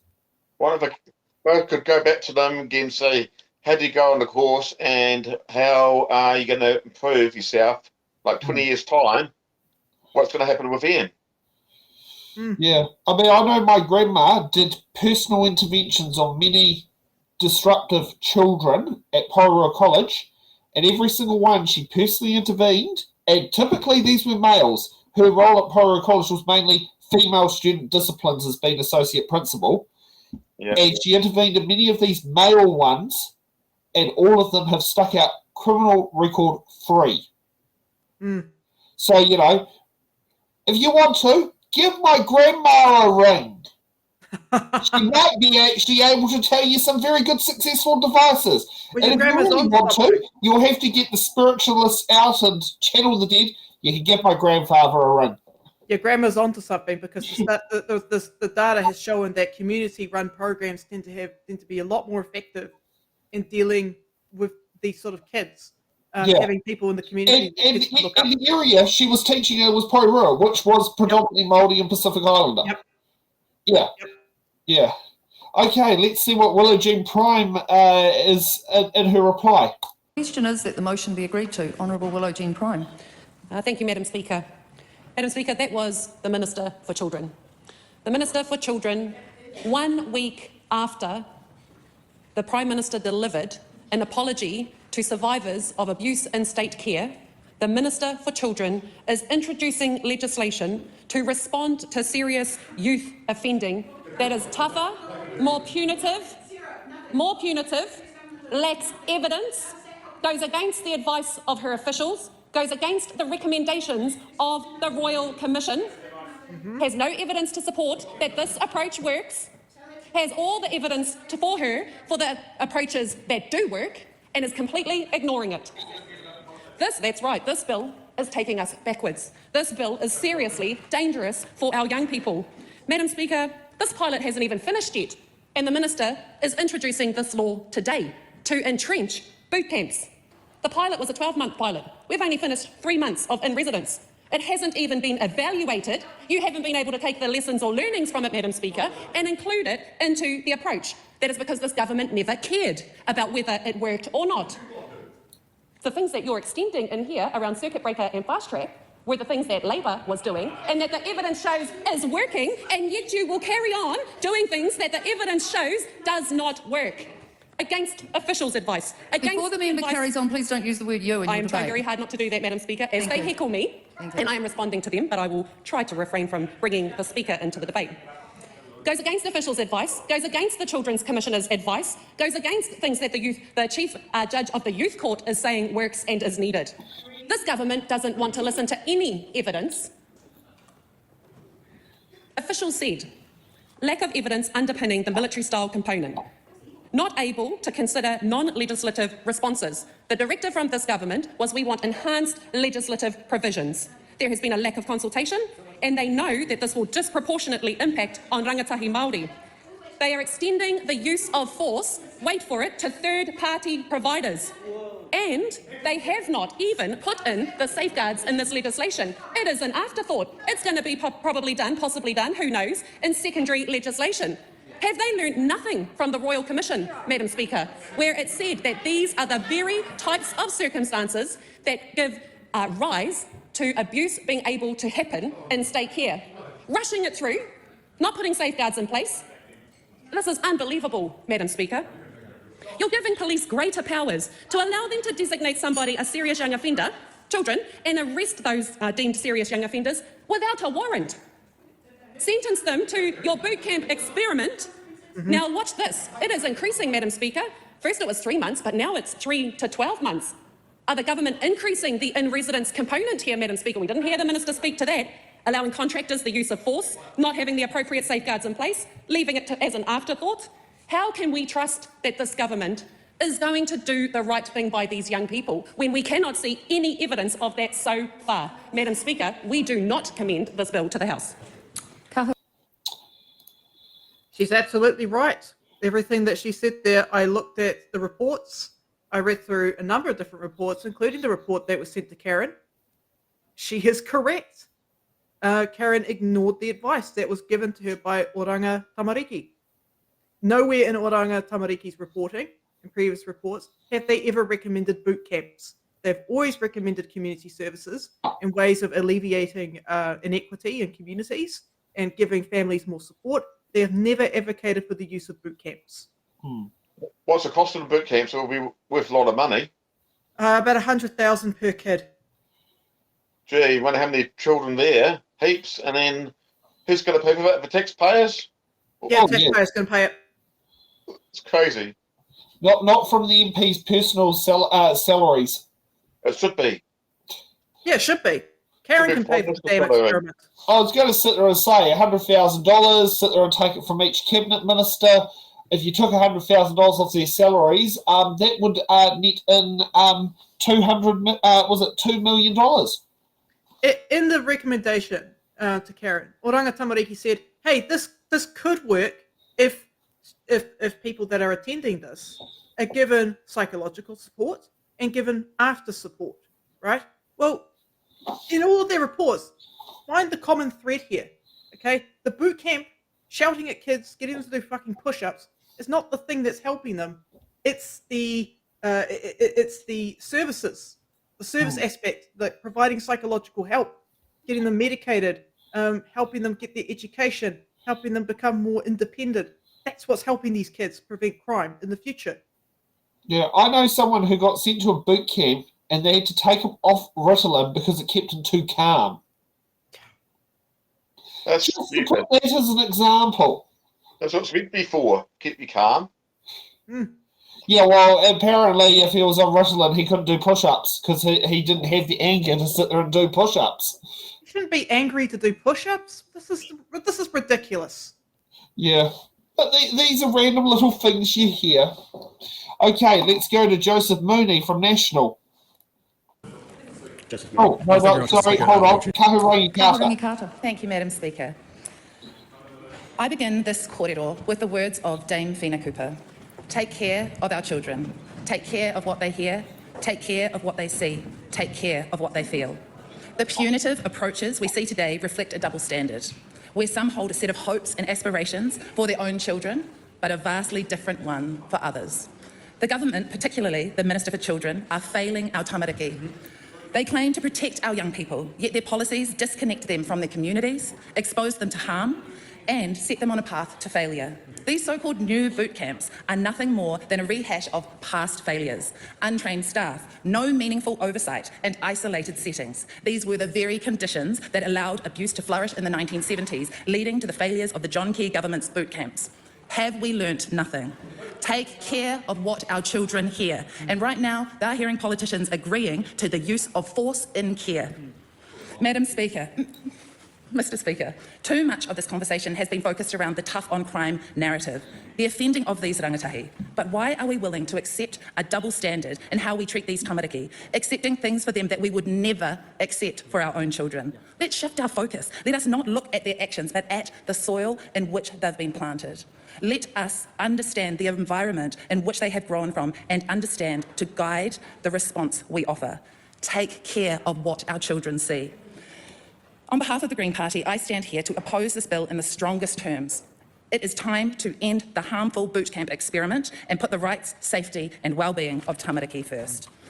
Madam Speaker, let's take a moment to consider the age of these rangatahi. From 14 years old, these are children who have endured the worst that New Zealand has to offer. For many of them, no one cared what they saw, no one cared what they felt, and it is time for us as elected officials and leaders to deeply care about these tamariki and put their lives on a trajectory of being able to be the best they can be. An Oranga Tamariki briefing paints a stark picture of the background of these tamariki. 80% have confirmed or suspected mental health or disability-related diagnosis, 80%. 20% have attempted suicide. 90% face significant learning difficulties. Half of the boys and a quarter of the girls have been physically harmed more than 3 times in the past year.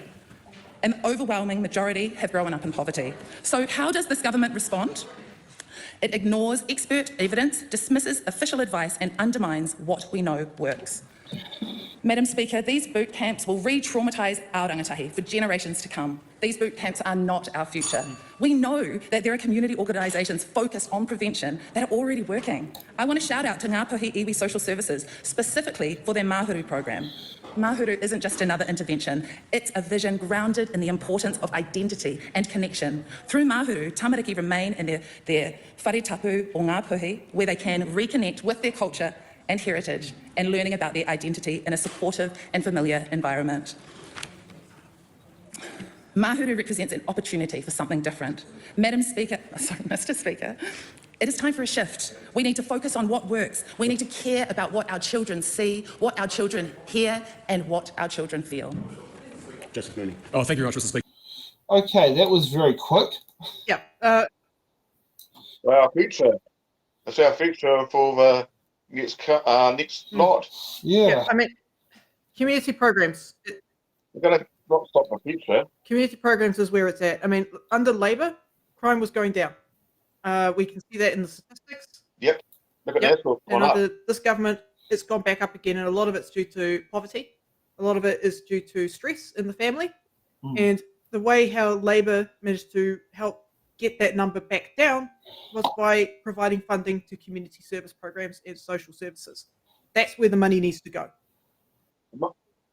Yeah, and then I'll probably end up drawing GANs and end up retaliate. Yeah. Like that guy who got his pets taken off him. GANs are going to retaliate with the police soon. We've already It's not got gonna that be good. kid who's been reintegrated back into the community. He did the 3 months, Yep. right? And he's just been accused. I think he's been accused of doing burglary of motor vehicle.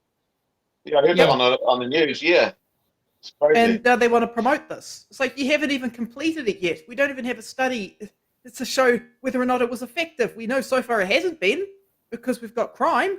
Yeah, it's one of those things like actually let something, flow on through to the end before you sit there and say that it's a success. I mean, here's a great one is cycle lanes. Oh, they're a failure before they've even opened, Well, and if you use the same logic, transmission gully. Oh, that's a failure. It hasn't reduced traffic congestion. It does open tomorrow, though. It's like, what's wrong with just waiting? Wait for the results. Why do you have to push it now? Is it because you're worried that the results might show it doesn't work? Like, what are you doing? Yeah. But wait until the stats come out. That's probably why. Okay, let's get to Joseph Mooney. Joseph Mooney. Oh, thank you very much, Mr. Speaker, for the opportunity to rise and speak on the Oranga Tamariki responding to serious youth offending amendment bill at its first reading. Mr. Speaker, the youth justice system is working for most children and young people with offending behaviour, but not all, Mr. Speaker. There is a small cohort of young people who are committing most of the serious and persistent offending and continue to offend despite interventions. And Mr. Speaker, I can speak to this having been a youth advocate in the courts, having been a defence lawyer in courts across New Zealand, worked in prisons across New Zealand, worked as a mental health advocate across New Zealand. There are some, Mr. Speaker, who continue to come back time and time again to the courts, and those interventions aren't working. Something different needs to be done. And this bill, Mr. Speaker, is to do something different. So this bill, Mr. Speaker, will establish a young serious offender declaration and a new military-style academy order in the Oranga Tamariki Act. Mr. Speaker, this declaration, the YSO declaration, the Young Serious Offender Declaration, seeks to achieve increased public safety and accountability for offending and reoffending. And that accountability, Mr. Speaker, is important, as is the public safety component, which is important. And there are, unfortunately, Mr. Speaker, some young people, and not just young people, in this country who commit some very serious violent offending, Mr. Speaker, the most serious violent offending, in some cases if their offending is not arrested early enough. And Mr. Speaker, I have also seen this both professionally and personally, Mr. Speaker. And there are some, and I heard some comments around the use of force, and the use of force is a use of restraint, Mr. Speaker, for those who will commit violent offences potentially against themselves or against others who they are in a facility with, or against staff who they are in a facility with. And there is a necessity, Mr. Speaker, for restraint of those who would use force to prevent them from using that force. And that is the sole reason those rules will be in place. The other thing, Mr. Speaker, that this bill will do it aims to achieve a reduction in the seriousness and frequency of offending through access to a timely and enhanced rehabilitative service response. I'll say that again, Mr. Speaker, a timely and enhanced rehabilitative service response, which, as the Minister said in her speech, will put the needs of young people at the heart of the program. It will put the needs of the young person at the heart of the program. And, Mr. Speaker, it will have an intensive care management for each young person, recognising that there are a unique component of factors which have led them to the position they're in. And, Mr. Speaker, I've heard concerns around this being a military-style academy. And, Mr. Speaker, I can speak also from personal experience, having been an Army reservist. The Army isn't what it used to be, Mr. Speaker. The Army is not the place of physical discipline, of overtly aggressive behaviour, and bullying, etc. Mr. Speaker, that is not the modern New Zealand Army. Mr. Speaker, I spent time in Waiouru, my initial training, and I came there, Mr. Speaker, as someone who thought of myself as an independent thinker. I wasn't sure how to handle that disciplined environment. I can say, Mr. Speaker, it is fantastic.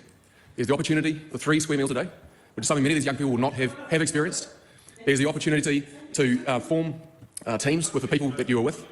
And there's the opportunity, Mr. Speaker, to learn about what one is capable of, to learn things that one did not know, capabilities that one did not have. And it takes time, Mr. Speaker, to change behaviour.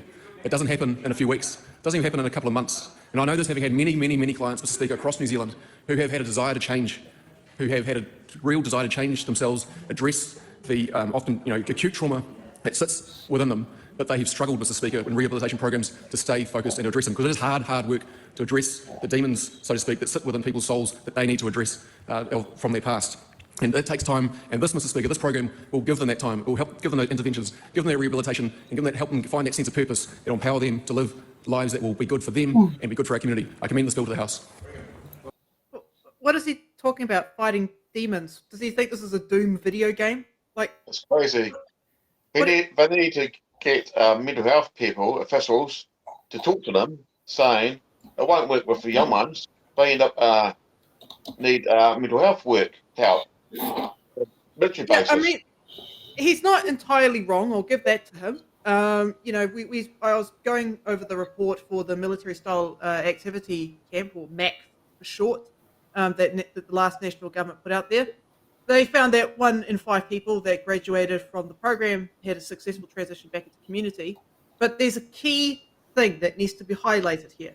They were often living in a different location before the program, and they were living with a supportive member, so in their family, right? They often had like a supportive parent or a supportive role model in their family, and that's key, right? You've got to have that in your communities, otherwise these people will go back and reoffend.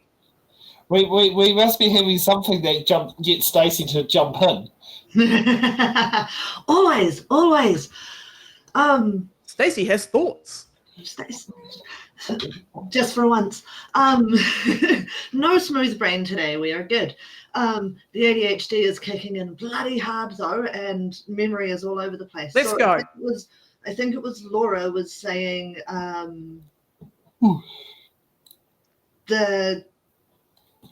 Nope, smooth brain. It hit me. There we go. Being funded by the taxpayer. There we go. Yeah. So basically the government is saying to us that if we want these little hooligans off the streets, we have to pay to do something about it. Right, which is the first one. The second one is we were talking about the difference between volunteer and forced. That word's gone to. And while that conversation was happening, I was thinking to myself, are they trying to turn us into South Korea? Like mandatory, there we go, mandatory. It's not just South Korea. Israel also has mandatory military service. Right. Yep. I think Singapore as well, doesn't it? Yes, I think Singapore does, yes. Yep. And I think Indonesia as well, but I'm not sure. Compulsory, that'll do too. Thanks, Dave. And yeah, like I've been watching the comments coming up. I've been listening to the things, listening to you guys, and it's like all of you here tonight with us are absolutely right. Like getting forced into your being up before the sun rises, getting yelled at by superiors. Yeah. It's not going to help anybody in the long run. Especially when people... It's going to cause PTSD and CPTSD. Yeah. And increase your mental health. exactly. In America, and people who have come from a background of that happening in their daily lives are not going to respond well. No, it's going to cause them more issues than they went in there with in the first place. Yeah. It's going to make them worse. They're But better. the support's not going to be there for them when they come out. I mean, Oranga Tamariki has already confirmed it's going to act 419 roles to meet the government's required spending cuts. Where's the support for these people? They need mental health workers there to help them. But if I won't have them, because the government won't do it. No. Because there's not lack of funding. Yeah. Pretty much, yeah. Yeah, it's absolutely ridiculous. They have all of the evidence saying that, international evidence saying this does not work. And, hey, come back here. There it is. Right, exactly. I think around Dreamland. To hate the world, you will be trained to hate authority. You will be trained to just hate. Yeah. And with all the steps that this country is taking backwards, we're going to end up in the wrong place. Yeah. Yeah, I don't want to know what their wrong place is. I'm looking at you, America. Yep, old Trump. Oh, yes, it's going to be a very interesting time. Oh, yeah. So, should we head on to Tanya Yankovic? Yeah, let's do it. Yep. Yeah. We know what Paul Barlow says. Speaker, I rise on behalf of New Zealand First in support of the Oranga Tamariki Responding to Serious Youth Offending Amendment Bill. Now, New Zealand First have always consistently championed policies that prioritise public safety, but also with a balance of ensuring that victims are heard and also that the offenders have the opportunity to rehabilitate. And that is one of the reasons that we are in support of this bill. We see that there is a balance in ensuring that people are held accountable for crimes, but that also that victims are heard and that those who are committing the crimes have the opportunity to turn their lives around. And we feel satisfied that the policies and actions and strategies that are mentioned in this bill will actually do that and enable someone to take the time to make a decision to turn their life around. Now, we feel that it's important to protect our communities, to protect our offenders as well, and like I say, give them the ability to rehabilitate and then reintegrate back into society. And we feel that the time taken here in some of these strategies will give them that opportunity. New Zealand First supports this bill because, as you know, we are very much champions for public safety to ensure that severe offenders are properly addressed and that the community feels safe, knowing that we are taking care of them. This bill, we see, has a rehabilitation-focused angle. So there are interventions here to ensure there is a healthy balance between safety and community. Now, we also wanted to ensure that inside this bill there is an effective deterrent, so that prior to offending, someone may think, I don't think I'll do this because the pain of doing this is not worth it. And it may give them the opportunity to think twice as their path goes along in their own personal rehabilitation. We really do want to see a safer community. We want to really see our youth have the opportunity to change their life around, all of our youth. So in spite of often heckling that comes from the other side, it seems to be the same narrative. But New Zealand First always does listen to all New Zealanders. We have the youth at heart in our decision making. Hence, we commend this bill to the House. So will that be mandatory vaccinations on there, Tanya, considering you are very anti, forced vaccinations from past experience? Isn't this going down the same path? I don't want to hear anything to do with justice or anything like that from her. This is the same woman who wants to criminalise trans people for using the bathroom. Like, you expect me to take anything she says seriously? I don't know. And she seems to get a lot of airtime on Parliament. I mean, how many order paper shows have we sat there and said, and I'll probably say for New Zealand First, it's either Andy Foster or Tanya Yankovic. Well, I'll take Andy Foster any day of the week. Put it this way, Andy Foster's walking around my house for a cup of coffee or tea. Yeah. She probably hasn't had a run for ages. She needs a run. It gives her military training. Yeah. Now, let's get to a former social worker. All right. Oh, I like this. In essence, in the original statement that opened, in essence, this is what drives the ethos behind this bill. It explains why our own, just take that in, would turn their backs on our own mokopuna. Those ministers who cannot boast toto Māori, and you need to read about that to understand, hide behind their colleagues' struggles with disconnection to advance their own bigoted, autocratic agendas. So aroha ki ngā minata Māori e kuare ana, ki wā tātou toto e kōrero ana ki a koe. Aroha ki a koutou katoa. These ministers, just know, you have no need to conceal. We see you, we know you. Ka aroha ki tā tātou ne toto Māori. Do not think that we are blind to your actions, nor think that we will hesitate to defend them, even if it means holding our own to account. You might get a little bit upset about some of the stuff I'm saying. It might disturb you, and I hope it does. I want it to disrupt and disturb you. You might find it jarring, but buckle up, there's more to come. Boot camps are a place where we can hobble, bring all our mokopuna together, make them wrong, and call them youth, but they're in fact children. They are our children. You have absolutely no right to think that you'll send them back to Oranga Tamariki. The irony of, let me read this, Oranga Tamariki and then the youth offending. If you had any understanding of our reo and the sacredness of it, you would know that is such a contradiction. Oranga Tamariki, youth offending. Oranga Tamariki, youth offending. Read some stuff and understand. Read some stuff and understand. This is the reality for our Tamariki Māori, who constitute 70% of children in state care. 70% of children in state care. You won't know. 70% of state care and 80% of those currently experiencing. I was a social worker back in the day, Mr. Speaker. I know what the Minister is rabbiting on about. I know. She's theorising, possibly having her own experiences. But trust me when I say, this is a hopeless, disgusting and shocking piece of work. The authors are completely lacking in evidence and mindset. And basically, this must not be commended. This must be burnt down. I'm tempted to rip it up. Kia ora tātou.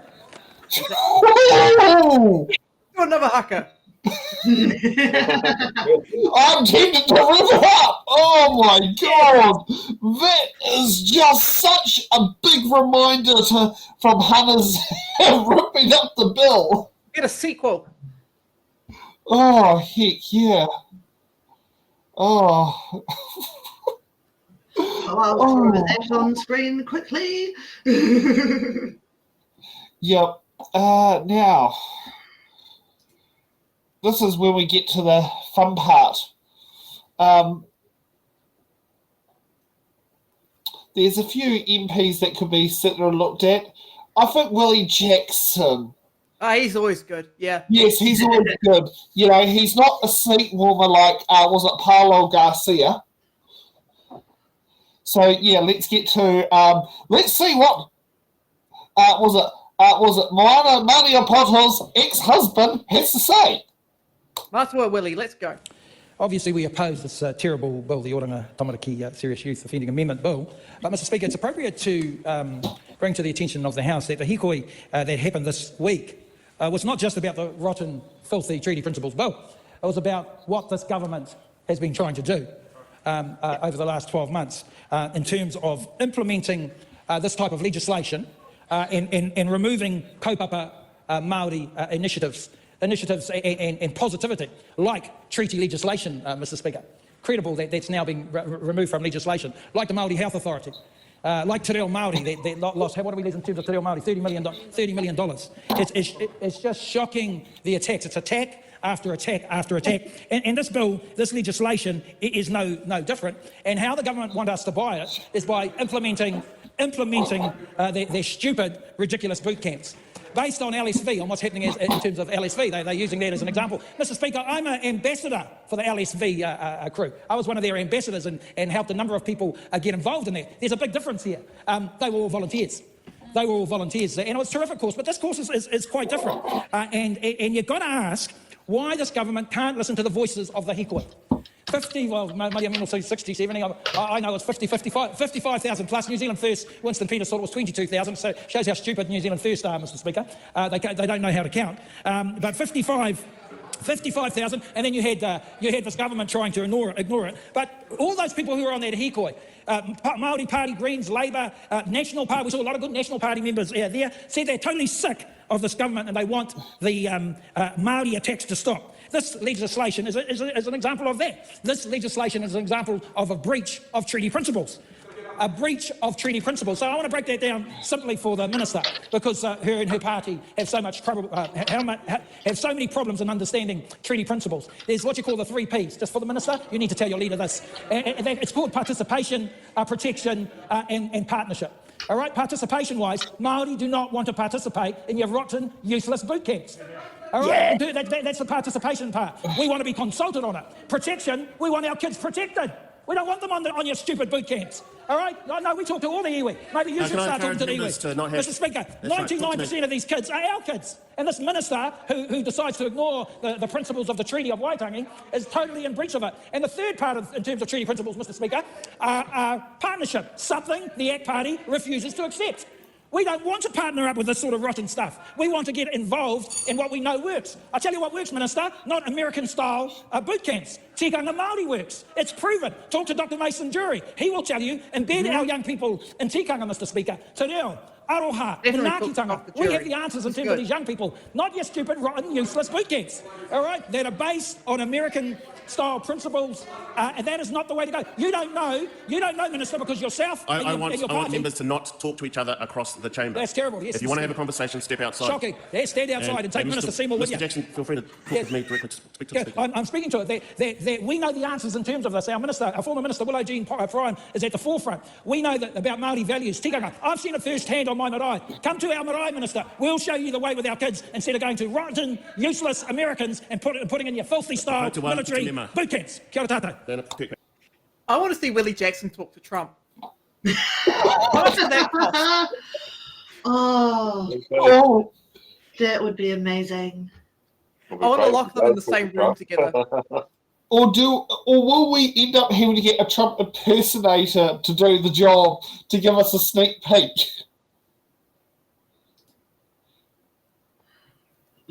I mean, we could always do for a summer season of the show to see if we get a Trump impersonator to sit there and debate Willie Jackson.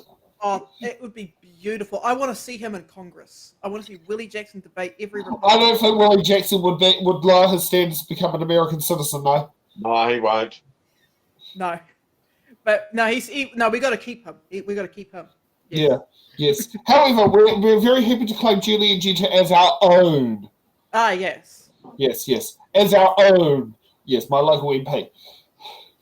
Okay, let's get through to the Disputes Tribunal first reading. We will probably end up only going through the first speech. The first speech is very quick though. Might be able to get two. Let's see how Goldie, as Willie Jackson calls him, does it. Legislative statement on the Disputes Tribunal Amendment Bill. That legislative statement is published under the authority of the House and can be found on the Parliament website. Mr. Speaker, I move that the Disputes Tribunal Amendment Bill be now read a first time, and I nominate the Justice Committee to consider this bill. Mr. Speaker, improving timely justice, access to justice is a priority for this government. I'm proud to present this bill to the House today. In essence, it doubles the current financial jurisdiction of the Disputes Tribunal from $30,000 to $60,000. And this will improve access to justice for New Zealanders. It will provide an affordable forum for resolving more lower value claims at a time when low-cost dispute resolution is increasingly important for New Zealanders. Around 2,000 claims per year will experience improved access to justice as a result of this bill. It's because New Zealanders with civil claims between $30,000 and $60,000 currently do not have an affordable place to take their claims. It's uneconomic to take civil claims of this nature to the district court due to the significant costs of legal and court-related fees. This is commonly referred to as the justice gap, and leads to people abandoning the amount of their claim over $30,000 to fall within the Disputes Tribunal jurisdiction, or accepting a loss by not pursuing a claim at all. This does not support a well-functioning justice system, inconsistent with the rule of law, and not helpful to the basic business of people getting on with their lives, taking risks in business, and resolving their disputes in a timely fashion. The Disputes Tribunal is a much cheaper, more acceptable dispute resolution forum that's well suited to considering claims of up to $60,000. The Tribunal takes an informal, inquisitorial approach and referees support parties to put their best case forward, determine the facts without the need for lawyers. The specific features of the Tribunal make it less formal than a court, quicker and cheaper, including hearings are held in private. No standard right to legal representation, creates an even playing field for both parties and eliminates legal fees. Limiting appeals to issue of unfairness or prejudice promotes the finality of the decisions. And thirdly, the statutory basis for the tribunal's decision-making, including that it shall have regard to the law but not be bound to give effect to strict legal rights or obligation, promotes a flexible, pragmatic resolutions. The low rate of appeals, rehearings and complaints show that the tribunal is operating effectively. New Zealanders have confidence in using it, and so we want to extend it. The Tribunal is one of the busiest forums in the civil justice system. Despite this, it is effective in resolving disputes in a timely fashion, as one of the fastest disposal rates of the courts and tribunals in New Zealand. I believe it's well placed to effectively manage higher value claims. I expect claim numbers will slowly increase as people become aware of this, and this will be closely monitored and managed by the Ministry of Justice. Tribunal is funded by the government and tribunal users paying a filing fee. It's appropriate that tribunal users help to recover some of the costs of administering the tribunal, given the private benefit of people having their disputes resolved. At higher values, the private benefits are greater, and with this change to the financial jurisdiction, parties will be able to recover up to $60,000 in debt owed. So a new filing fee of $468 for claims of more than $30,000 will aid in cost recovery and help maintain current service levels. Most of the costs will continue to be met by the Crown, as there is significant public interest in ensuring citizens feel they have a viable method to enforce their rights and uphold the rule of law. I'm aware, Mr Speaker, that the requirement for the application to front the cost of filing an application fee can still be seen as a barrier, particularly where the applicant is not seeking financial compensation. This government is separately progressing proposals through the Regulatory Systems Tribunal Amendment Bill, which will give disputes tribunal referees the discretion to order the respondent to repay the cost of the filing fee to a wholly or partly successful applicant. This will help ensure that the costs of pursuing justice do not fall on those who have been wronged. My hope is that by keeping this tribunal significantly cheaper than bringing proceedings in the district court, in the absence of legal fees and additional court fees, it will continue to be seen as an affordable and accessible way to resolve disputes. The Disputes Tribunal Amendment Bill fulfils both the National Party's election manifesto commitment to raise the tribunal's financial jurisdiction, allowing it to resolve disputes of a higher value, and this government's justice priority to improve timely access to dispute resolution. Mr Speaker, it's part of a broad-ranging justice response that focuses first on reducing the number of victims of violent crime, secondly on reducing that small number of serious repeat youth offenders, and thirdly about speeding up the processes of the courts. And this particular bill responds to that third area where if we can help New Zealanders get a resolution, faster resolution to their disputes and move on with their lives in a timely fashion, then that's a useful thing to do. And on that basis, I commend this bill to the House. So, from what Paul Goldsmith has just said there is you can now take your Tesla claim, once the bill has passed its first reading, to the Disputes Tribunal instead of a district court, because Teslas are valued at on Trade Me at the moment. If you pop on Trade Me right now, you can buy Teslas for $54,000. There's a $55,000 one there. Oh, if you buy the Model Y and have a problem, unfortunately that will have to go through the courts. But this one here doesn't. So, yeah, I thought that might be quite a funny comparison to compare. If you get a Cybertruck, you can now take your claim to court if you buy a Cybertruck. But yeah, so I understand the logic behind this. I don't disagree with Goldie. However, there's one thing I would like to have put in that bill. A referee should have a law degree, minimum. That should be a minimum most requirement. of them are JPs, though. Yep. One of the things is typically a referee is a JP. Generally, and JP has basic law experiences in order to perform that role, particularly at Disputes Tribunal. You do get put through the training for it. Yep. Yeah, so I wouldn't sit there and say it's not like you're getting, say, Nicholas down here in Dunedin to sit there and be your referee out of the blue. No, that's what I don't want. No, you are actually getting people who actually do have some sort of qualification in there. So, are you familiar with this? Because I'm not. This is out of my I wheelhouse. have gone through the Disputes Tribunal, and I do know that all the adjudicators are typically JPs. Yep. And a JP justice of the peace. Do you think there should be a minimum requirement, though? I don't know if it is a minimum requirement or not. It's not. Common practice is possibly could be the one on there. Common practice, because the justice of the peace is seen as a trustworthy member of the community. Yeah. See, it's like, to me, it's like, oh, okay, this could result in some pretty hairy stuff. Like, it gets along with the person that you're taking to court, or taking to the tribunal, should I say? And I do know, like, my experience in the Disputes Tribunal, my respondent did not turn up, and I still actually had to work to win the case. I wasn't just, here you are, gone. It's I actually had to still sit there and present a case, present proof, that sort of thing. It was not a walk in the park. Mm-hmm. The one good thing, though, is if you do end up with a claim in your favour, if you put an attachment order against your respondent's income for a financial judgment failure to be paid, you don't have to pay the attachment fee application with the courts. Right. Yeah, I think Cousin Jackie might actually be one who's in that field, because I do know that Cousin Jackie's job, so Jackie is Auntie Gwen's daughter, for those who want to know, which is Grandma's sister. Jackie, one of her jobs is on Saturdays is doing bail hearings in the Manukau District Court. Oh, okay. Yeah, and I do know I think Jackie is a JP. But that's her job in the courts. And I do know when she has to do her yearly course thing in Wellington, she goes and catches up with Grandma.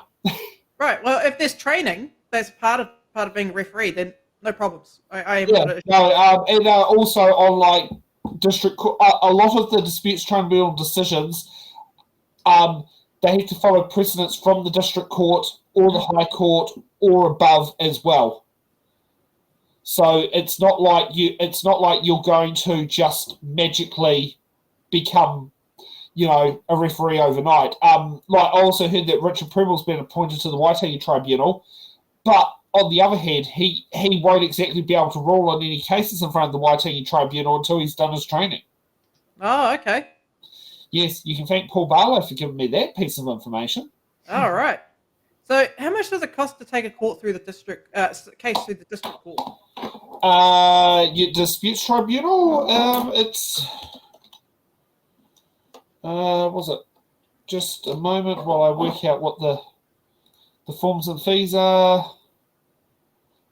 So if we go shared screen, the fees to take a claim to the disputes tribunal is $59 for anything below $2,000, $117 from anything between $2 and $5, $234 between $5 and $30,000, and from what Goldie has just said there, to take it beyond there would be, I think it's double the highest fee at the moment. Yep. And also, if you are to file a counterclaim, the counterclaim has to also pay a fee associated with it. Okay, yeah, that's pretty reasonable. And if you want to take an appeal back to the tribunal, which usually means it gets in front of the same adjudicator, it's free. And, if you want to take it to a district court judge, it's $260, and you have a period you have to file it through. Okay. All right, then I have next to no problems with this. Oh, no, that's understandable. Now, I forgot to do this before. Let's sit there and see the vote on the Oranga Tamariki bill. Yes. Their time of need. The question is that the motion be agreed to. Those of that opinion will say aye. Aye. To the contrary, no. The ayes have it. The party vote has been called for. The clerk will conduct the party vote. New Zealand National. 49 votes in favour. New Zealand Labour. 34 votes opposed. Green Party of Aotearoa New Zealand. 15 votes opposed. Action New Zealand. 11 votes in favour. New Zealand First. 8 votes in favour. Te Pāti Māori.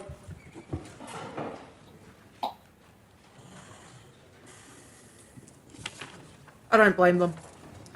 The ayes are 68 and noes are 49. The motion is agreed to. Oranga Tamariki responding to Serious Youth Offending Amendment Bill, first reading.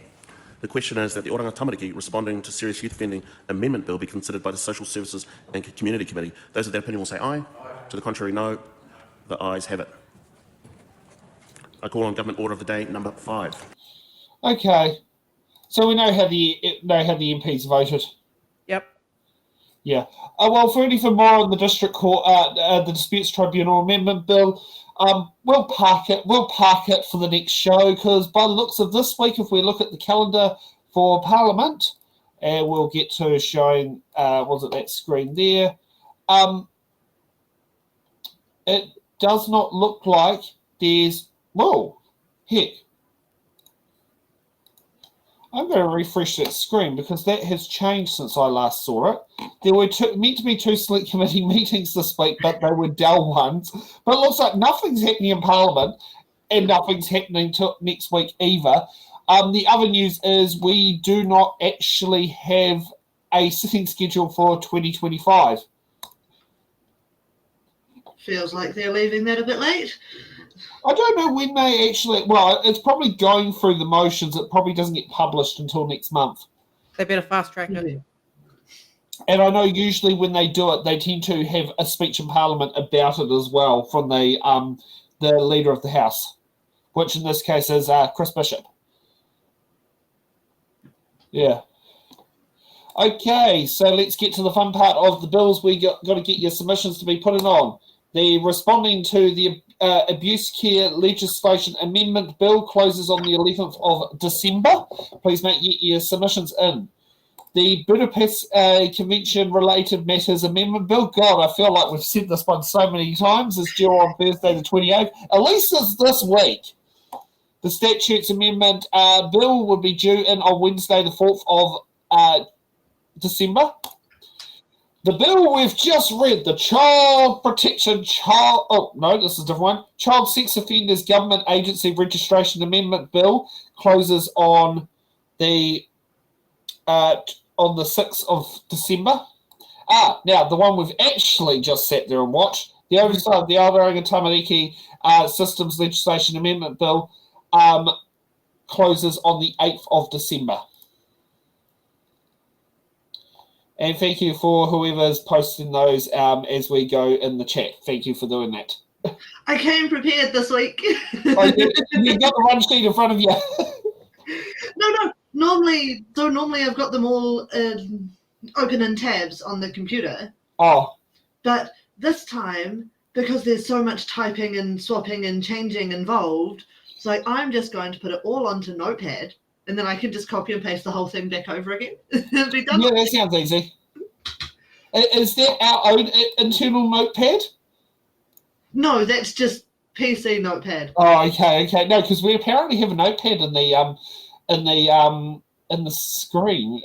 Is one of the things in there that's available on Restreams, considering they keep offering new features. Yeah. So, how has everyone found tonight's show? What did we learn? Look at that. I learned that ACT keeps doing stupid things. Yeah. Yep. I'd like them to do less stupid. No. You mean it was reinforced for you? We are not just learning this. True. Yes. Oh. And Nicholas, how have you found it from your nice big comfy armchair? Great. It's just they're just bickering, they are. I know. You have some good legislation, you have some bad legislation. Yeah. God. Yeah, it's Get on with it. Just do it. Yeah. Get on with it. Put the house in extended city, or do some work. Make it look like you're doing some work. Or set the government. Oh yeah, but we know that's not going to be quite so easy. You need a no confidence vote in the House, and I doubt that it's going to happen. Now, actually, I want to run opinions with you here. I feel that the fact that yes, we have three parties in a coalition, but in theory, the coalition has an allotted amount of time. Should there be time where the three parties in the coalition share around these allotted spots, so we don't just have Uncle Andy and Auntie Tanya from New Zealand First constantly talking? We could hear more on the same bills or something like that if we talk about New Zealand First. On ACT, I would have loved to have seen more ACT MPs actually do the government speeches on the Treaty Principles Bill, because to be honest, the national speeches just felt like, we're only supporting it at the first reading. It's like copy paste from national. Yep. Yeah. Would that be? Is this something we say on a government bill? I don't know what the rules are around it, but should they just share the allotment speeches across the three parties rather than the government ACT and New Zealand First only getting one slot each? I think what they need to do is borrow a top hat from Debbie and put little slips of paper into it and pull out the bits of paper to find out who the speaker's going to be. Yeah. And you have to be in the chamber. Santa. Yes. You have to be in the chamber for to be in the hat. But yes, I like that. Yes. Yeah, I can picture I was a speaker at the chair going government house. I'm sure Debbie's got plenty of top hats. I'm sure Debbie's got an extra top hat. Yeah. It's there could be all sorts of fun there. Okay, so for us, we can do it. we can always put boxes on there. What do you call it? Yes, tonight here with a little table on the side on Into the Ballot. What box do you pick? Cassie Costello, you're up next to speaking. Thank you. Today's parliamentary sitting is brought to you by It's in the Ballots. Now, please put your hand in the box. Lucky duck. Yeah, lucky duck. I can picture that could be quite funny. It's like going through the, in the first speech from someone older there going, now before we get to the debate, I remember the TV show, It's in the Bag, and someone too good sitting on the broom closet in the middle of the Hokitika Memorial Hall. Or something like that, you know. You can, it's good to see a modern way of trying to work out how we speak. Give him a booby prize. I'll make it. Booby prize. No, you forfeit 8 minutes of your speech. The booby prize is to go to one of those boot camps. Yeah, that'd be good. And you don't receive your parliamentary salary while you're on it. Oh, yes. Yeah. See, the monster in there, he has $750,000 plus his pension. Yes. Does he get the MP's pension, or what's the guts with that one? It's double dipping. Yeah, I mean, I know he gets New Zealand Super. But, yeah, I don't know about the MP's pension, because he's probably on some older scheme as well, because he first got elected in 1978. Yep. Yeah. He's probably well over $1 million by now. Well, by simply working in Parliament, yeah. As an MP, yes. I mean, when did he last practice law? Pass. Yeah. Okay, so thank you for joining us, panellists, for tonight's Order Paper show. Feel free to stay over for after shows chats.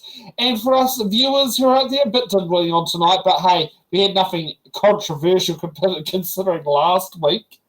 Yeah. So, yes, we'll see everyone back here at 8 p.m. next Sunday with an agenda. We don't know what's going to be happening, because who knows what could happen in Parliament in the next week, where we'll end up with a mysterious select committee meeting. So, we'll see you then, and we'll figure out what the show is by Friday. I'm sure we'll figure it out. Yeah. Have a good evening. You too. Bye. Bye. Thank you for watching The Order Paper, your express ticket to the New Zealand House of Representatives. Every episode, we unravel the complex world of legislation, debate, and democracy.